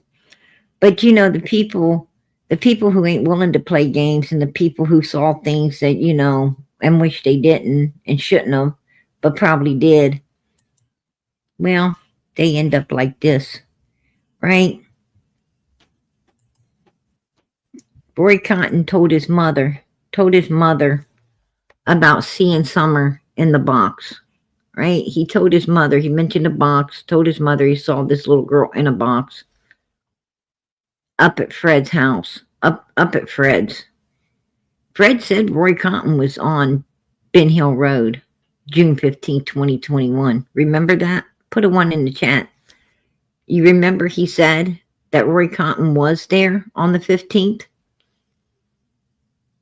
On the day Summer supposedly came up missing. Roy was supposed to be there messing with the mom and daughter, and he didn't know if it was Grandis and Candace or Candace and Summer. Remember he said that he put Roy Cotton on Ben Hill Road, June 15th, 2021. I think Roy was up there. I think Roy came by for some stuff at the wrong time and seen some things he shouldn't have seen. And I think Roy got scared. I think Roy started thinking about it. You know, if they do this to a 5-year-old innocent little child, what would they do to someone else? And he confided in his mother. And his mother probably wasn't able to keep it under the wraps because they had this Marvin and they also had another person, right? And you're going to hear about it tonight in this interview. You're going to hear about how evil these people are. You're going to hear about it. But I think got back to Fred and them that mommy knew. And mommy ends up passed away 1 month before her son did. She gets passed away 1 month before Cotton gets out of jail. Actually, not even a month, a couple weeks. Couple weeks before he gets out of jail, mommy comes up unalived. And when he gets out of jail, he comes up unalived too. I'm going to tell you something ain't right about this case, but he also confided in his daughter. He also confided in another person who was smart enough to go to law enforcement, was smart enough to say, yeah, my dad said this stuff. Yes, my dad had told my grandmother this stuff too. Right? Me and my grandmother was told. And I'm sure she told law enforcement a whole lot more. You know, this is just what I know about. And, you know, and I talked directly to, you know, someone in that family that knows the mother and the daughter. So I talked to someone directly in this family that knew everything. So this came, you know, this was coming from, you know, the horse's mouth, not outsiders or, you know, this ain't hearsay. He said, she said. This is real information, bona fide information. You know, take it to the bank information. But, you know, I find it weird that people, you know, people that these people felt that they couldn't trust are falling like flies all around Summers' case. But I'm going to get to the interview now so you guys can hear that.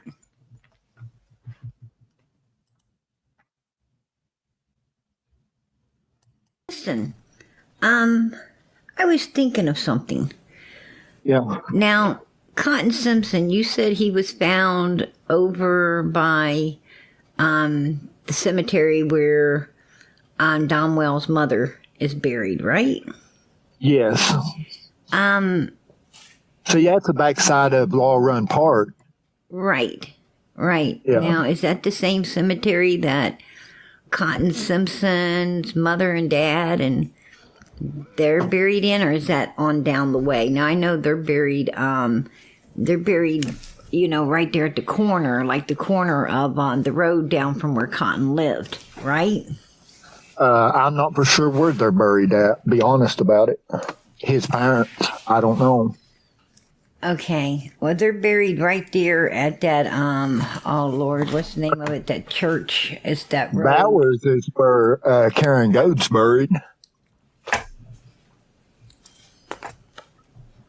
I can't think of the name of it right off the top of my I think head. Cottonham's family's got a They got, little cemetery across from Cotton's. I think Cotton's house. I think it's down the, it's like Cotton's house.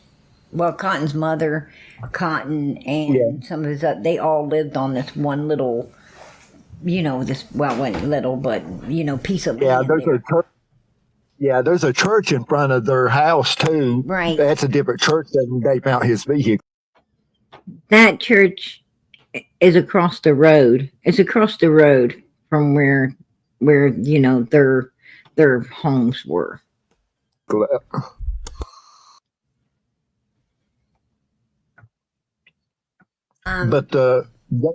the road that they found his vehicle on is the same cemetery and church that it's Bowers Cemetery, and I don't know what the church's name is, but Is it Dunk? See, that It's Dunk. road that Dunker.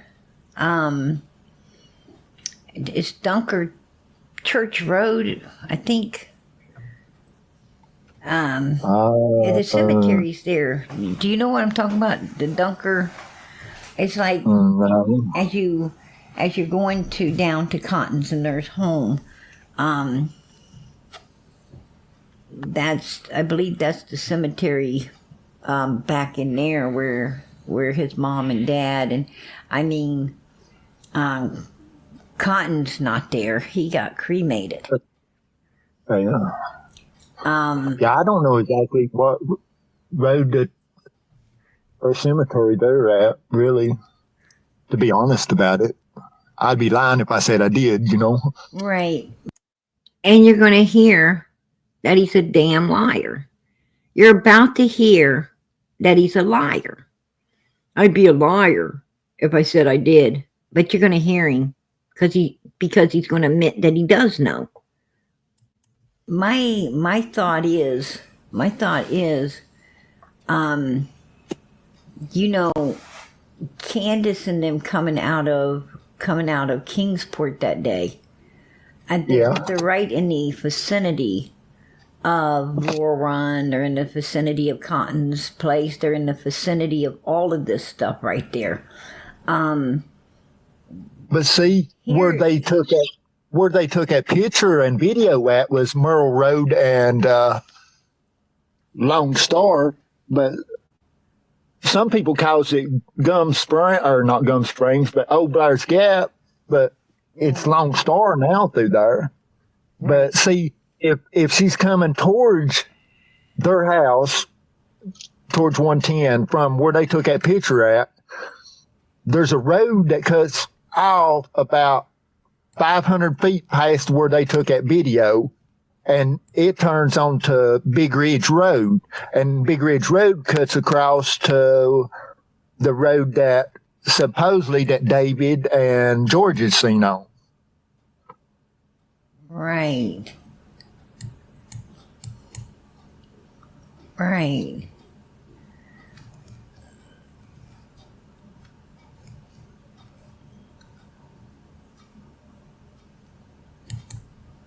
So they're all in this vicinity together. Yeah. They're all in this one vicinity together. Mountain View Road, because Cotton lived right there on Sandy Road, right? Yes. And yeah, you turn on Sandy Road right there on the right. Right. And I know there's And that see, church. Cotton's mother lived in that. See, Cotton's mother lived in that first house, from what I understand, and then his sister lived in the second house behind it. But see, what was strange too, Cotton's sister used to own a white HHR, and then after Summer went missing and stuff, they had it painted or traded it in, and it's a blue HHR now. I've got pictures of it. Right. You know, now, did Don Wells, Don Wells is, and Candace both, they're adamantly saying, we don't know Cotton Simpson. We don't know this guy. We ain't never seen this guy. We know nothing about this guy. Is that true? Well, I do know that Cotton, the last time I spoke to him, he was talking about being up at 110 the day Summer went missing.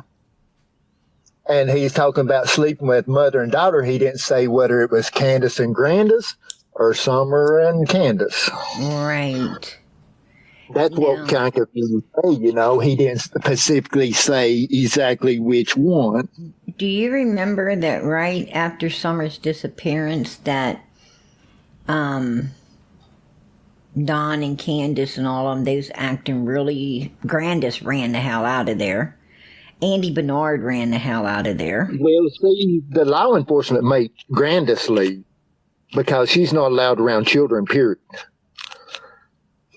Well, I do know that. There was no children. They took the boys and Summer was missing. There was no children.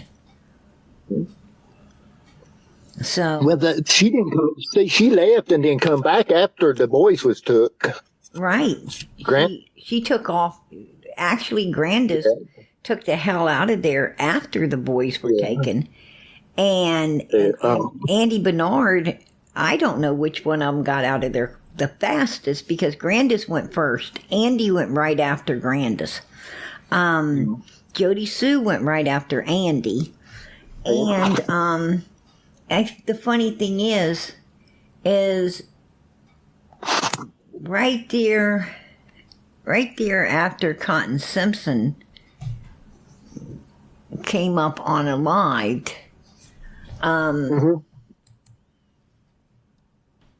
Cotton Simpson had quite a bit of money on him. He had just barely done. Was he at your house the day? Yeah, He was there the day before. The day before he ended up dead, or the very day? The day before. He was at your home. Yeah. But he wasn't. The evening before. He wasn't. Not the day that they found him. No, I didn't know nothing about they even find him. And Marvin Simpson had told me that they.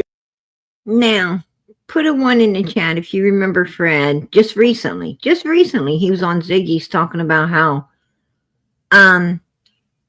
Cotton Simpson wasn't, hadn't been around his house for a couple weeks before he passed away. And he said Cotton Simpson didn't have no money, that he was broke. Put a 1 in the chat if you heard him say that. And there's no way Cotton was at his house a couple weeks before he ended up unalive because he was in jail. He just barely got out of jail. When he went to Fred's house, he just barely got out of jail. He hadn't been out in, a couple of days when he went to Fred's house.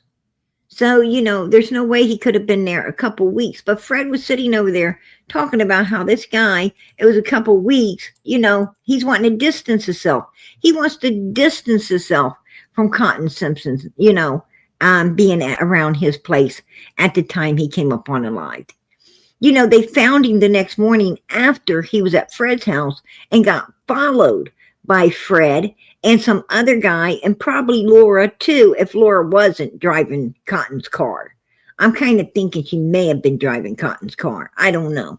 Because, Cotton was at Fred's house, and you know what Fred supplies people. You know what Fred gives people. And, it's hard telling how much of this stuff, Fred loaded this guy up with. And he may not even have been able to drive, to be honest. So, we weren't there. We weren't there, but we do know that Fred followed. Along with this man, Fred followed Cotton's vehicle, all the way up to where Cotton lives. So, you tell me. I don't think Fred's just this good Samaritan going to follow somebody for no reason. Had found him. That he told me that Betty Jo Simpson had called him and told him that they had found cotton and stuff, and that he had a big gash in his back of his head and stuff. That's why they give me a polygraph, because Billy Joe Simpson told this guy, this Marvin, which was in the car with Fred, following Cotton to, the very night that Cotton became unalived, right? He's found the next morning. But the very night that he ends up unalived, he's at Fred's house, and Fred and Marvin are in the vehicle following Cotton. Come on. Put 2 and 2 together. I think it makes 4. Last time I checked. they hadn't released that he had a gash in the back of his head. And the only reason I knew... They didn't release it. They didn't release that he had this, this particular injury in the back of his head. They didn't release it. So, Bitty Joe couldn't have told Marvin that he had something in the back of his head because nobody knew. Law enforcement didn't tell Bitty Joe, and Bitty Joe wasn't there. She wasn't there when, Cotton was found, Cotton was picked up, and Cotton was taken away. She was not there, so she doesn't know. And, and law enforcement didn't tell anybody, so there's no way Marvin freaking told Fred because of this Betty Jo telling Marvin. Betty Jo couldn't have told nobody anything. The reason Marvin told Fred slipped up. Marvin told Fred because Marvin and Fred was there and they already knew. And then they wanted to go blame it on Betty Jo, who wasn't there and didn't know a damn thing, right? It's because she had told Marvin and Marvin had told me. Right. And that's the only reason I knew, Right.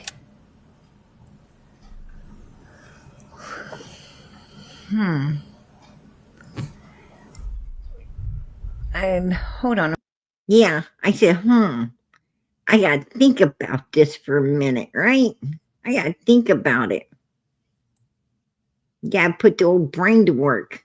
I'm trying to find out exactly when Cotton passed away.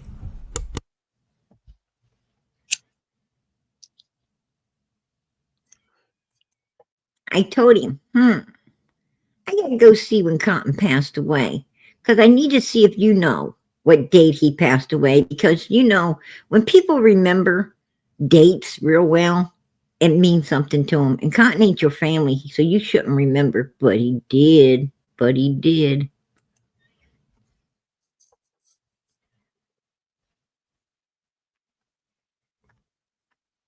Best I remember, it was, I want to say February the 14th or something. Of 2023, maybe. I'm not for sure. Seemed like that's what date I remember somebody saying. I'm not for sure.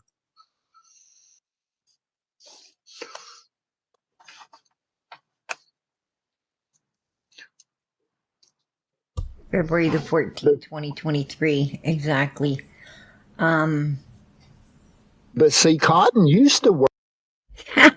See that? And I'm going to tell you what. I had to actually, look. I mean, I had to, make sure, confirm. Yeah. I mean, I was sure he was right, but I needed to confirm it. You know what I'm saying? Because I don't like to do sloppy work. I want to make sure I confirm everything. And he was on the money. See, I didn't know Cotton. I didn't have anything. I wasn't there. I didn't have nothing to do with what happened to Cotton, so it wasn't, his birthday wasn't, or the day he passed away. Actually, his no dates was really, important to me because I would, why would I remember all of this? Why would I do this? I wouldn't. I don't cover Cotton's case, unless it's affiliated with Summer. I don't even talk about it. But, I feel it is affiliated with Summer. I think it is. I think, what he told his mother, what he saw on June 15, 2021, what he knew, what he told Mommy. I think, all of that and popping up with all that money was just an extra additive to what was going to go down anyway. These people are getting silenced. They're getting silenced. It's basically,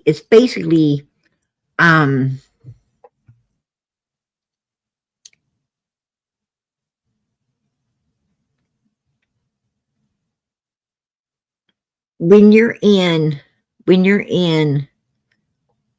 with a pack of evil people, there's certain codes that you don't cross, and breathing a word to anyone can get you hurt. Like if you're going to breathe a word to someone, you better make sure that someone is like a mother freaking bank vault and they're not going to open the door for nobody. For nobody. And, you know, a lot of times, most people, I find, in general, most people ain't like a bank vault because they don't know how important it is to be one, you know, with a secret like that. They don't know how important it is not to breathe it. And when word gets back, like from Marvin, or, you know, there's another real evil one as well in all of this that was related to Cotton as well. Go figure. But when you are, you know, got that kind of evilness around your own family hears everything. They hear everything. And then they go breathe it back, you know, then you are in a lot of trouble. You know, you broke the code. You breathe, you know, you wasn't supposed to breathe it to anyone. No one better hear you breathed it at all. And Cotton breathed it. He got afraid. He breathed it to his mom. And, you know, and that's a no-no. And that is, you know, that's what's getting these people dropped like flies. As, you know, don't say it out loud. What you know, don't say it out loud. And it will get people seriously hurt. If someone comes to you with a really dark secret like that, you better not breathe it at all unless you're willing to go breathe it to law enforcement. You better not breathe it at all if you're not going to breathe it to law enforcement. Because if you go breathe it to law enforcement and something happens to you, well, law enforcement is going to be looking for these people. They're going to be looking for people. So, you know, and down there, it's not even safe to breathe it to law enforcement, to be honest with you. I mean, breathing it to law enforcement is kind of like just breathing it to the evil people. If you ask me, that's my opinion. Work at Warriors Path up there as a maintenance before a few years before Summer went missing and stuff. And he came out on disability. Yeah. And he was getting quite a bit of money. He had been in jail for 6 months, and that money had piled up in his bank account, which would have come to around $18,000. It's what he would have had in his bank. And when he was at your house, and then the following morning he was found dead. The next day, sometime the next day, I don't know what time. He was found dead. They said some hikers had found him or something. Right, the next morning. And Don and Candace, he said he was up there. Now, could he have left your house and stopped by the Wells house?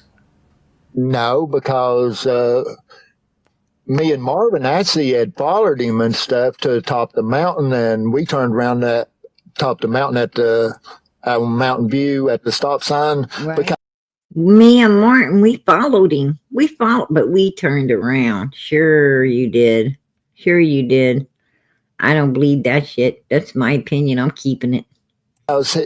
When he was at my house, he was wanting to buy a boat and stuff, and I was in partners with somebody else on the boat, and I told him I couldn't really price it right then. I had to get with them and stuff to take and find out what they wanted for their part, you know.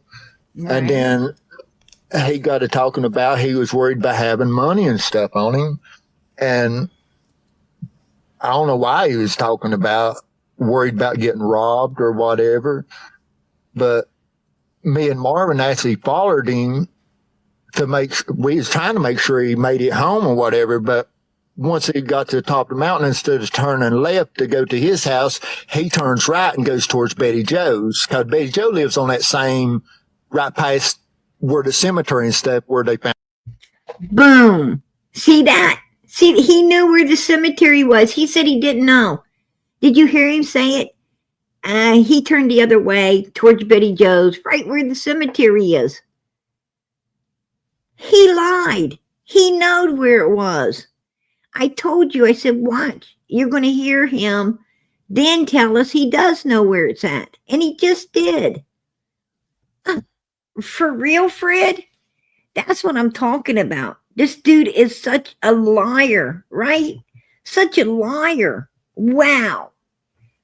Oh my gosh. Yeah, for real. His vehicle. Right. And I thought, well, maybe he's going over there or something to hang out, because he does go over there and hang out with them a lot. Right. So you didn't follow him no further. You guys just went back to the house. Yeah. And the next morning he was found over there dead. Yeah, I didn't find out till like 4 o'clock or something the next day. I think it was around 4 o'clock that Marvin had come and had mentioned it. Actually, it was Marvin and Haskell Rhines that pulled up together and was mentioning it to me. They asked me if I'd heard, and I said no. Right. Because Marvin Simpson, he is kin to Cotton. He was actually raised the house before you get to Cotton's mom's house. Right. It's a little old black and, well, like a log house, like. Right. And see, that's who I tried to get. When he was at the house, he was talking about a cave. So he let on like he had tried to talk to Hawkins County about knowing exactly where Summer was and stuff in a cave and stuff. And then did you ask him how he knew she was in a cave? Only thing he'd say is when they found her, they would know exactly who done it. But he didn't tell you who done it? No, he didn't say he done it. No. He just said once they found her that they would know exactly who done it. So. But see, that's where I tried to get Ryan to get up with Marvin, because I didn't know where the caves or nothing was down in there. Marvin was raised right there around Cotton and knew exactly where Cotton hung out at the caves and stuff at when they was children and stuff. Right. And I'm trying to get Ryan to go and get with Marvin. Then Ryan going like he's afraid Marvin's going to get him back there at the cave and knock him off and all that bullshit, Right. Right. He's afraid that Marvin's going to get him back there and, do some really bad. That tells us how bad Marvin is, right? That lets us know right there how evil Marvin is. And I'd hate to say it, but we know how evil Fred is as well, right? We know how evil Fred is too. And then I finally talked to law enforcement, actually Nate Simpson, and because Nate was raised right there on the same road that Betty Joe and them lives on, and right behind that church. Right. Well, the problem is they're not going to, and he's got this Nate Simpson, this Nate guy, that's just as bad as the rest, right? Blood thicker than water. Yeah. This Nathan you're talking about, this is his family. And so, but I do know that Cotton Simpson only had $2,000 in the bank at the time. He had pulled out all of his monies, and only had $2,000 at the time. He was found, unalived. So that means he had to had about $16,000 somewhere. Hey, 16,000 cash somewhere. hey, That like I nobody's told been you, able to find. yeah, like I told LE, the law enforcement and stuff, when I was Did you notice? Put a one in the chat if you noticed when I mentioned the money, the large sum. Fred didn't seem shocked. He's like, yeah, yeah. You know, he didn't seem shocked. He didn't seem shocked that this man had that kind of money, right? I mean, I would have been like, really? You know, what? I wouldn't have been like, yeah. I guess I would if I knew, you know, if I already knew, I'd have been like, yeah. But if I didn't know, I would have been like, what? Right? Really? I would have been saying, yeah. You know, wow. talking to him about it. Betty Joe did have some money and stuff after, after they had found. Yeah, you did, PG's little girl. Absolutely. Fred's sister supposedly found some money at Fred's mother's place, not Fred's place, the mother's place. And she turned it over to law enforcement because she thought it belonged to Cotton Simpson. Yes, she did. That's a true story. That's, yeah, it would have shocked me. Exactly. That large amount of money, I'd have been like, what?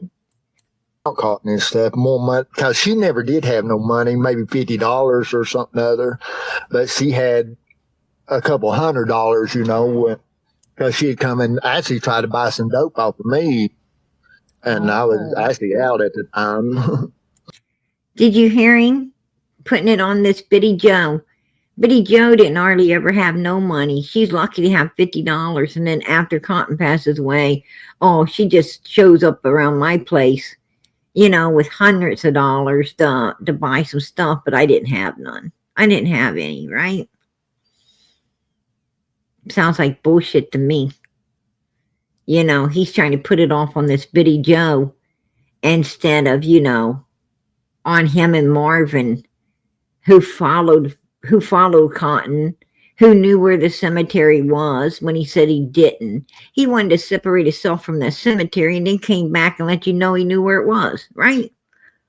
Just like he tried to separate himself from Cotton with a couple weeks when it was just the night before when he ended up on alive and Fred actually was following him.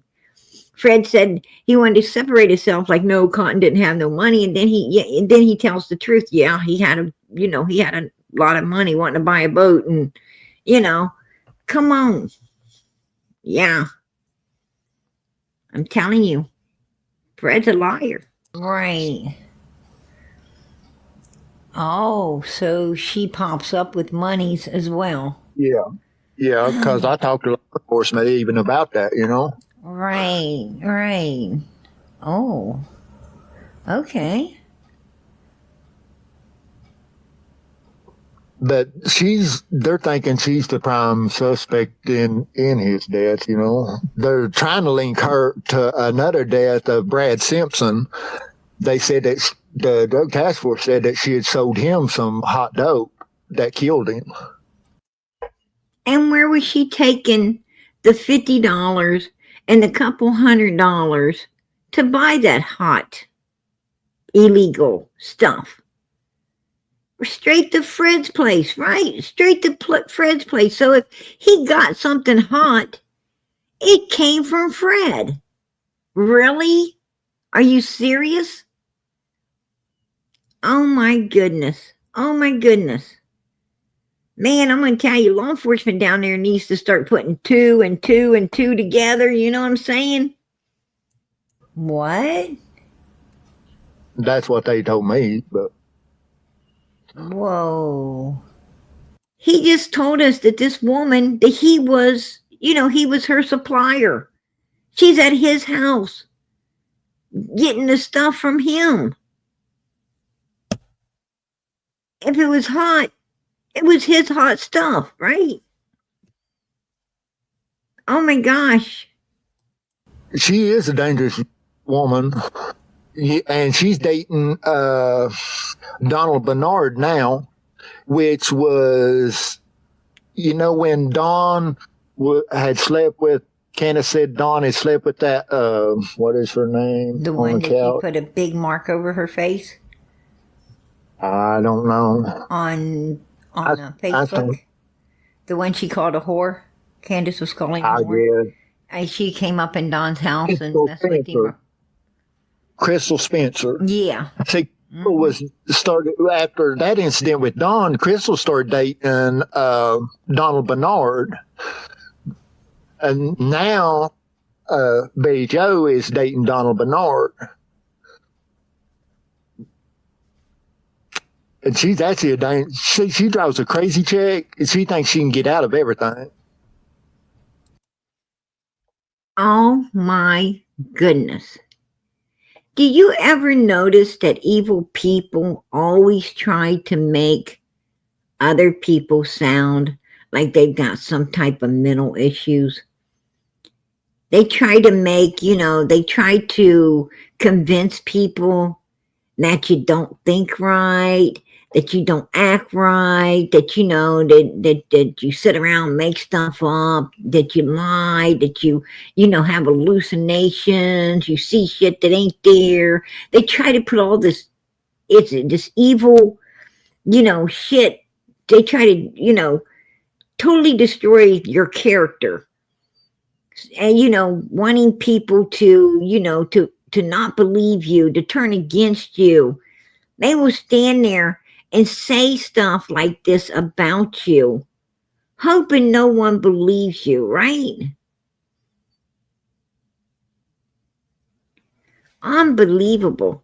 And Crystal,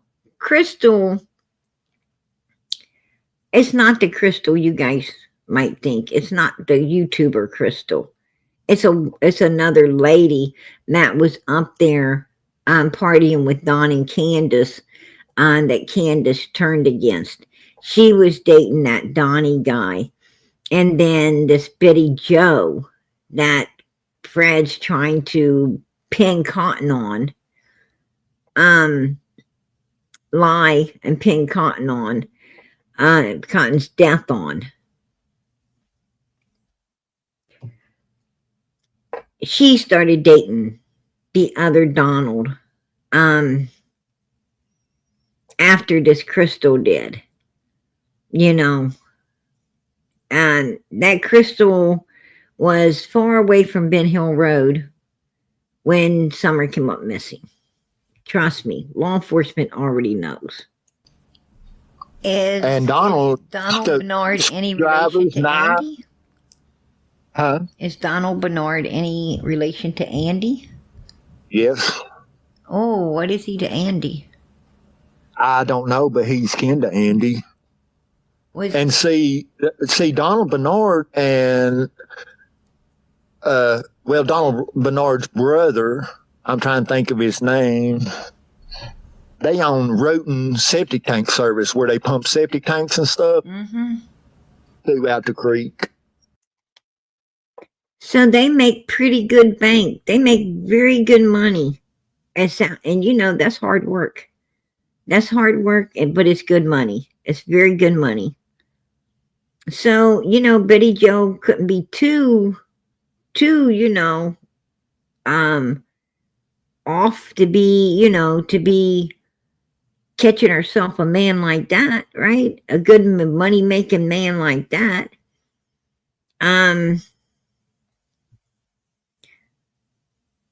Wow.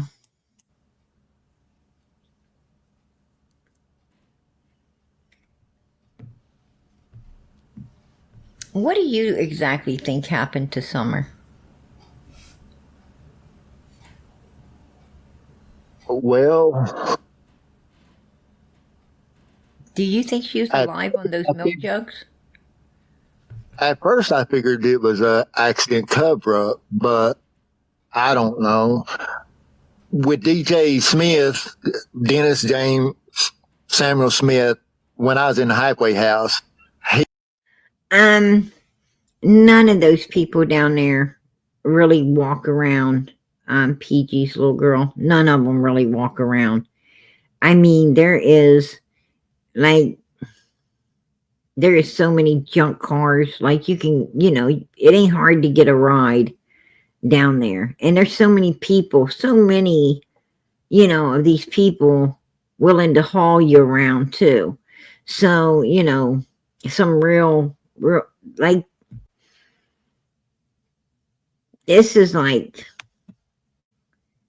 the biggest garbage bag you ever seen of humans, all traveling together. Nobody down there is really walking. Trust me. They all, like, if you was walking, somebody's going to try to pick you up and give you a ride anyway. That's what I'm trying to say. People's always, nobody has to walk around that place. He allowed that he knew Don and Andy, and that Don and Andy owed a drug debt in Knoxville. This is what he said, and I had to turn it all into TBI, or the law enforcement, and they called TBI to go ahead and dip my phone over it. But he allowed that they had owed money in Knoxville to this playboy, supposedly. And he said it was roughly around $40,000, and that Summer was just supposed to been help until they brought the money back.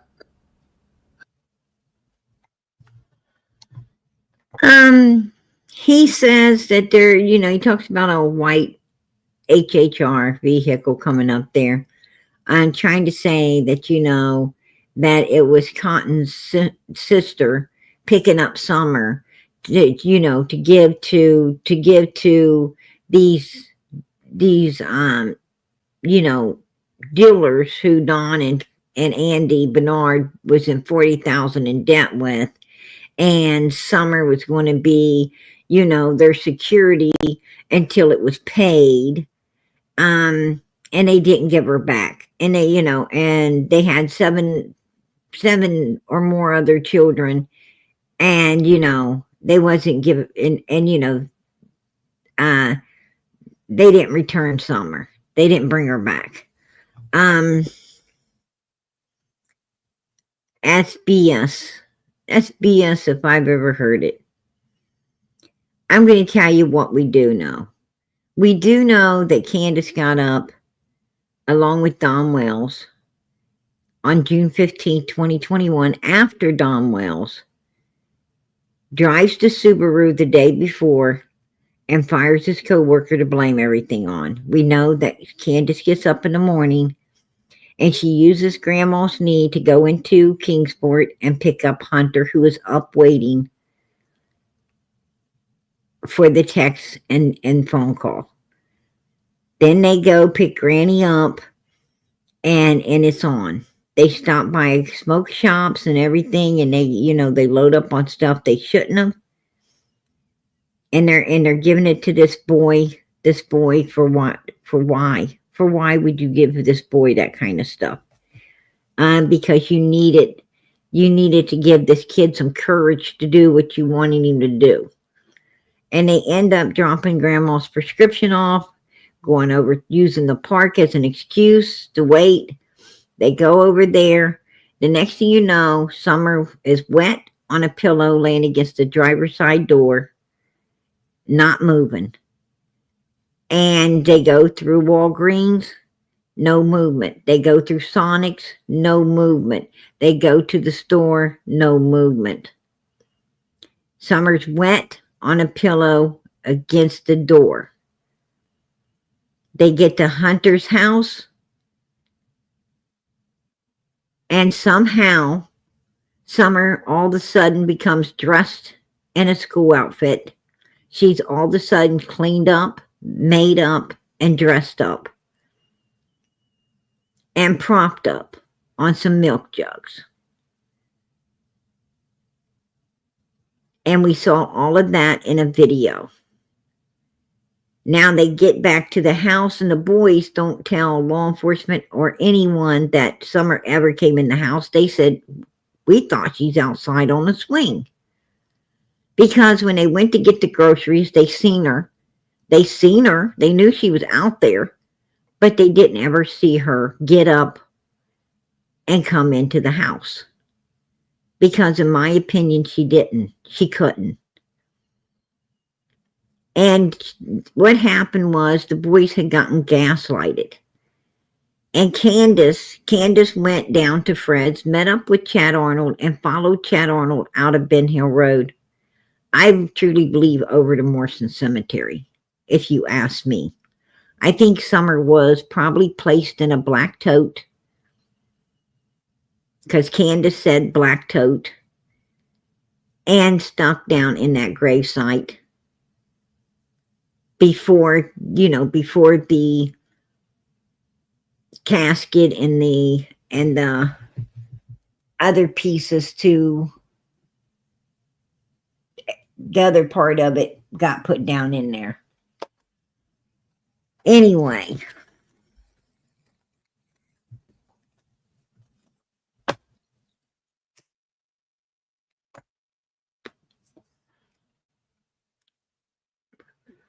Then Candace goes back home, and law enforcement knows she came out after returning onto Ben Hill Road. They know she came back out of Ben Hill Road after they returned home.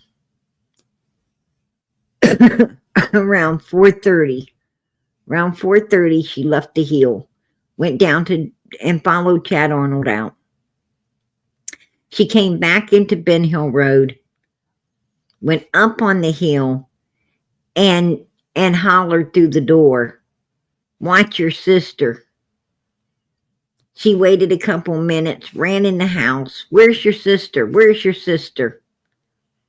Well, that tells us that everything was a damn lie, because if you just walked a child over and put her in a door, you're not going to immediately walk in that door 2 minutes later hollering, "Where is she?" You're not going to walk in the door and say, "Where's your sister?" You're going to walk in the door and just figure she's around there somewhere. Maybe in the bathroom, maybe, around under the table, around the back, around the back of that one thing heading down the staircase. You don't know where she might be. You're not going to holler where she's at. You're going to walk around, and it's going to be a few minutes before you even notice her missing.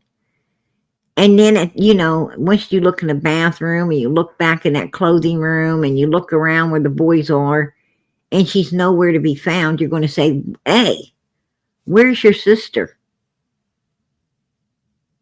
Where is she?" You might even go all the way to the basement.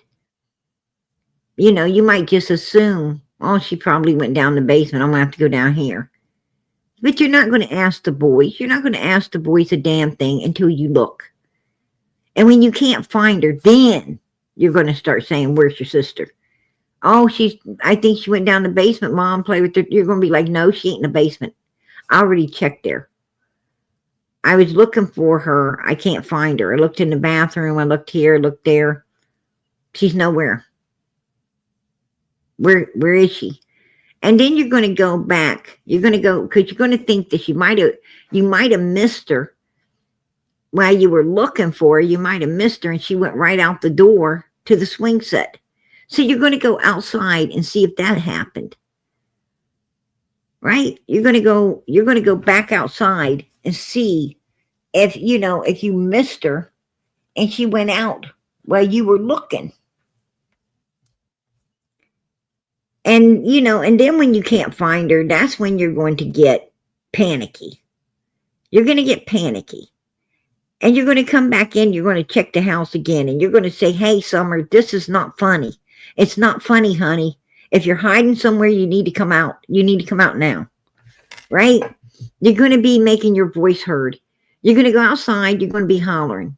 Wherever you are, you need to answer. Right? You need to answer Mommy. You need to holler. "Let me know. Are you out here?" You're going to be panicking.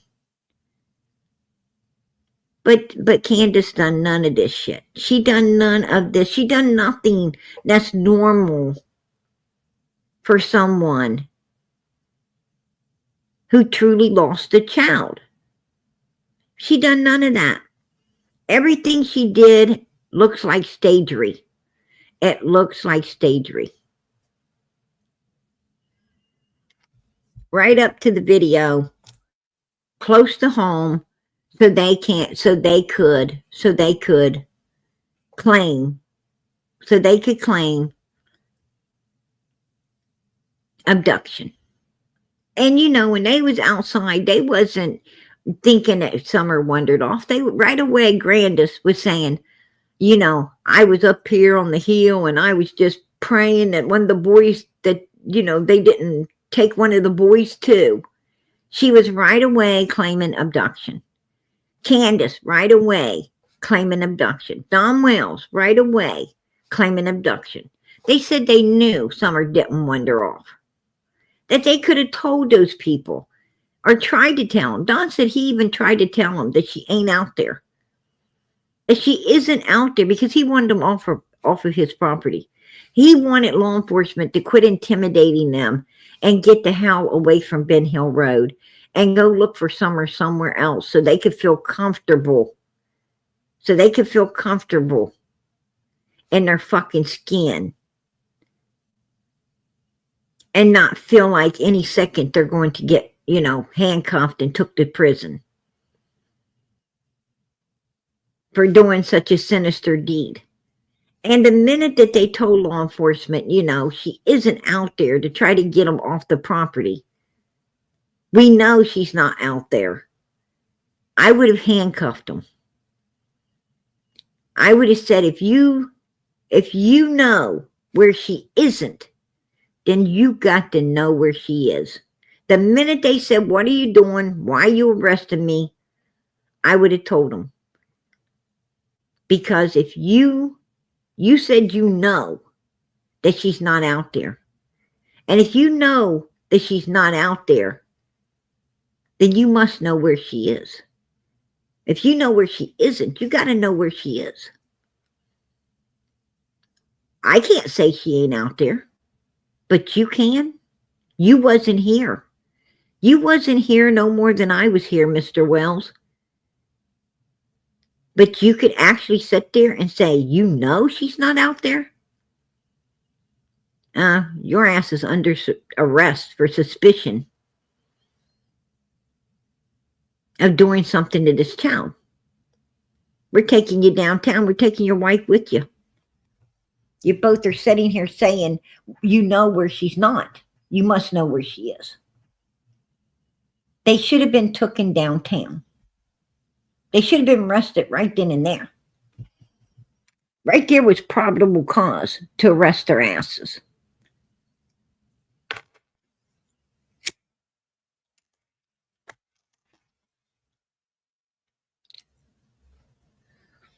Yeah, and Don Wells was hiding at Fred Hill's house the whole mother freaking night, and Candace was hiding inside the house, talking to Allison and Allison's mommy.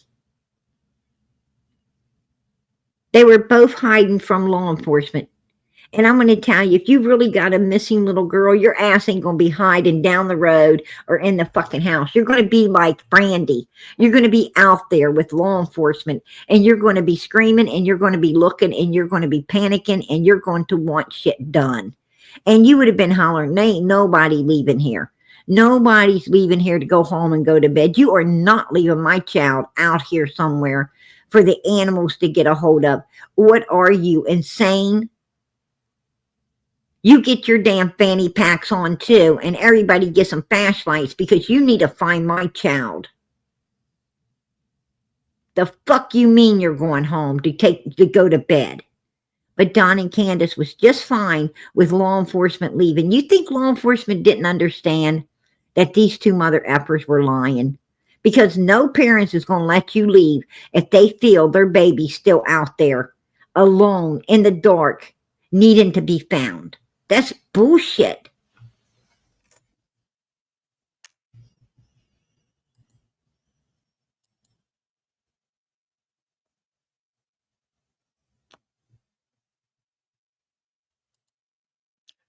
Absolutely.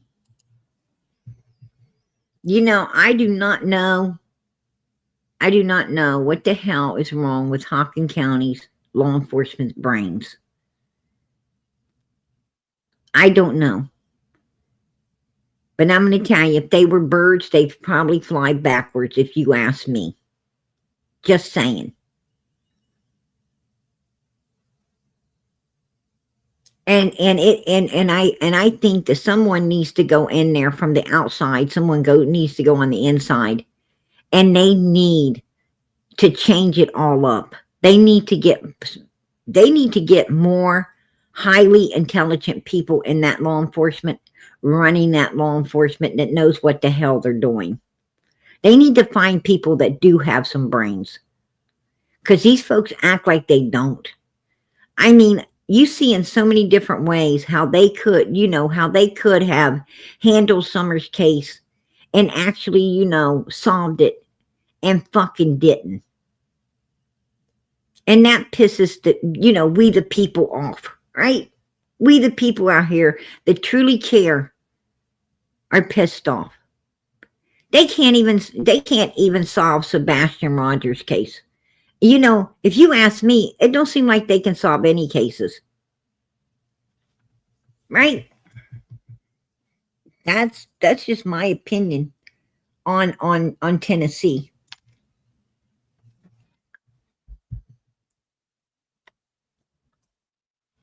Now, I'm not saying that Tennessee ain't got some really nice areas, some really nice homes, because they do. They've got some really beautiful communities. Not in Rogersville. Not in Rogersville. Not in Kingsport either. That's areas you want to avoid. But they do have, some pretty nice communities in other areas with some really nice homes, really nice people, very safe, good folks. But you got to pay the price to live there. You got to pay the price to live there. It's not cheap. But it's protected. It's protected.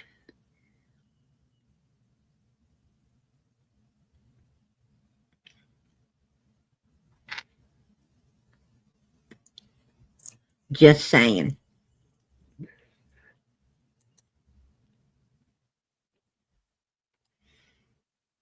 But I wanted to show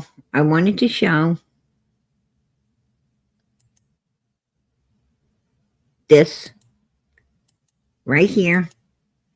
There it is. Here's Fred's test.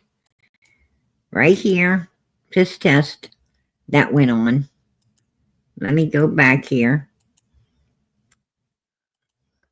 Right here. It said, did you plan with anyone to harm Cotton? He said no. Did you harm Cotton? He said no. And then on the next page, it had another question.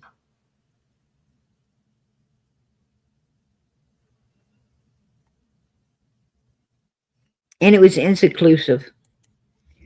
Did you see anyone harm Cotton? He said no. But it lets you know back here, no opinion, on it means inconclusive. But Fred wouldn't do the baseline. He wouldn't do the baseline for them, and he ain't willing to do the baseline for anyone else, because you know what? He knows he can't pass it. If they got the baselines, they're going to know he's fucking lying. And that's why he ain't going to give it to him. That's why he ain't going to give it to him. See, Fred thinks he's smarter than the law. And Don and Candace and Grandis, they might have pulled that shit. They might have pulled that shit with Hawkins County too. They might have refused to give baselines as well. And they still didn't pass. But at least, at least they wouldn't, without the baseline, they can't tell. They ain't getting a clear reading if they're lying or not. So, it fucks up the test. That, it is what it is. It is what it is. These people are, criminals. And they got criminal minds, and they use those criminal minds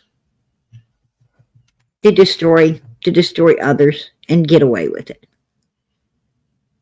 They think they're smarter than the law, and that law down there needs to show them they're not. Ronnie Lawson needs to get off his ass and show these people that they are not smarter than him. Pruitt needs to get up and show them that they're not smarter than him. That woman that comes out here all the time talking about Summers' case, she needs to get up and show them that they're not smarter than her. Because right now, it's looking like they are, if you ask me. Just saying.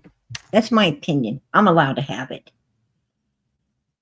But you know what? You heard Fred. You heard Fred, what me and Fred talked about. You heard a part of it tonight. Did you hear anything? Did you hear anything? Put a 1. Put a 1 in the chat if you did not hear anything like Ziggy was trying to say. If you think that PG kept it professional and on the case and did a hell of a great job at what I do, put a 1 in the chat.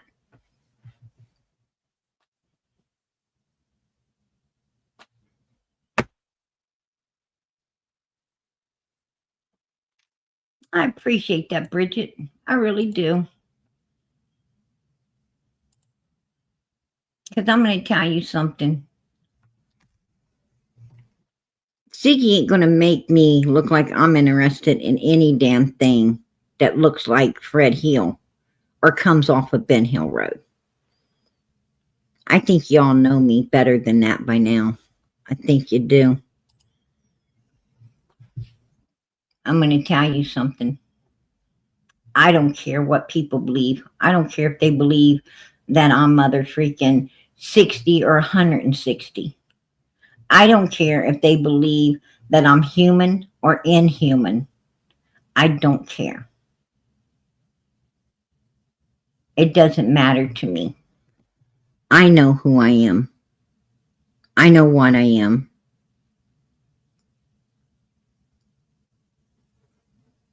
And that's all that matters. And I know that I am not interested in anything that comes from a place like that. Hell to the no-no. Hell to the no-no. I'm going to tell you right now, no. I like people who actually take showers, wears clean clothes, and mother freaking smells good. Okay? That's my kind of man.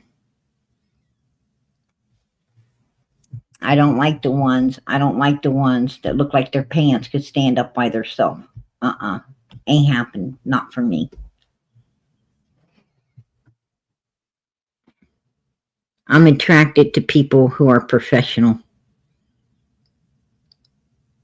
I'm attracted to people who have quite a bit of education that can actually hold a conversation with me on the same level.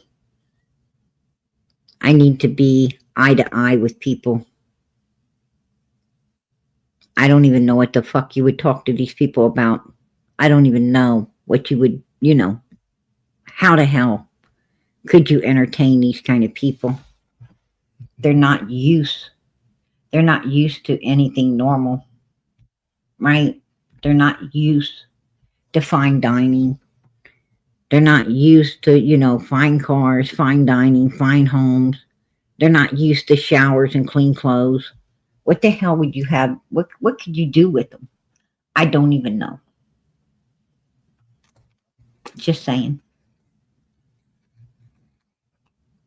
They're not used, they're not used to being righteous and godly and doing, they're not used to showing love, kindness, caring, and sharing. They're not used to, to doing righteous in the sight of God.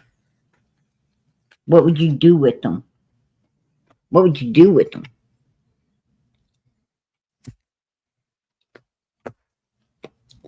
Oh, yeah. Hey, Fred, I know what we could do. I seen the neighbor down the road just get their whole yard sodded. Let's be like those two people in the movie and go get all their sod and put it down, and put it down in all the places that our yard needs it. And then whatever's left, we can sell it, right? So you can start up your business again. What the fuck?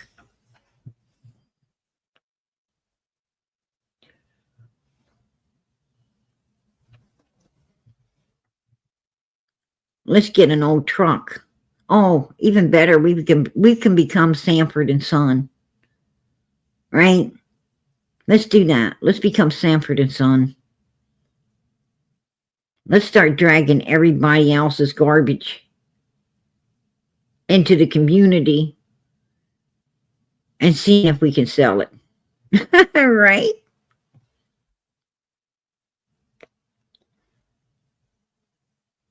Really?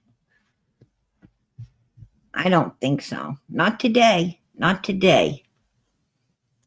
I ain't got time for none of that stuff.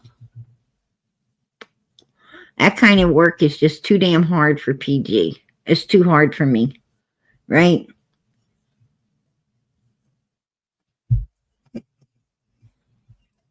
I would rather stick with what I do best. Let my brain make the money. All right. Let my brain make the money. I like that. All right, you guys, listen. Keep those prayers going up for Summer Moon Utah Wells. Yeah, not tomorrow either. Not ever. Not ever, right? I got me a beautiful man. I got myself a beautiful man. I got beautiful kids. Right now, I got everything, everything I want. I got everything I want in life. I don't need anything else. Especially anything off of Ben Hill Road. You got me bent. But what I do need is this beautiful little blonde-headed girl, blue eyes, just 5 years old, innocent as the day is long. I need her found. I need her brought home, and I need justice served against the evil beings evil enough to do such a horrible thing to a precious child. Every child is precious on the face of this earth. Every last one of them. And I can't say it enough. There is only one race. It's a human race. And I'm going to tell you what, people's going to figure that out. When the Lord comes, they're going to figure that out. They're going to figure out that there's going to be everybody in heaven. And if you can't get along on this world, you cannot get along down here. Don't worry about being there. God wants you to love everybody. And everybody on the face of this earth has a right to live their life without other people trying to destroy it. I don't care what age they are. But especially little babies. They do not deserve to be done like this. Innocent children do not deserve this. Nobody deserves it. But especially a little child. You are a special kind of fucking evil to hurt a child.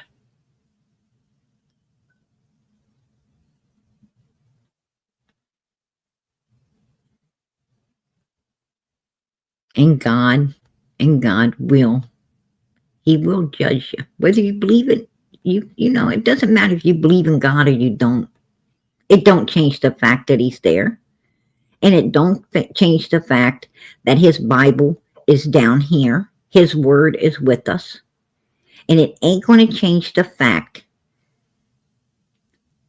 It is not going to change the fact that hell exists. And I'm going to tell you, there's a special kind of, there's a special kind of uneducated if they have to get into hell before they believe it. Right? You're not very smart if you have to end up there to understand it. Just saying. I think these people need to be worrying about their soul.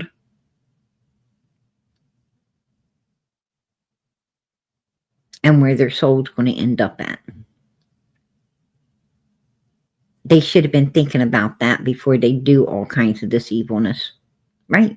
They should have been thinking about this before they done the dirty, evil deeds that they have done. But they didn't. And this little girl paid the price. She paid the price. I have to believe that this little girl was an angel that God sent down here on this earth to save those 3 little boys from all of that hell and anxiety that they were being put through.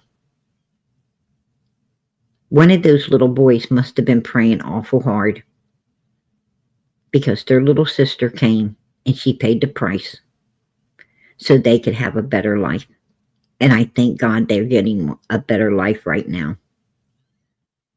And I hope that those little boys don't ever, ever go back to that hellhole that cost them so much.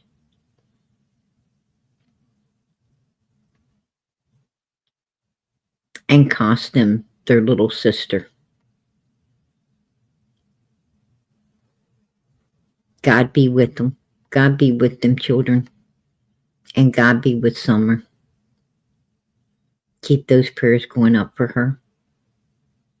She's counting on us. She's counting on us. And keep the prayers going up for the rest of these missing children. They're counting on us too. And keep them going up for one another, you guys. A family that prays together, stays together. God bless each and every one of you who are here supporting these children night after night after night. God bless each and every one of you. Good night. God bless.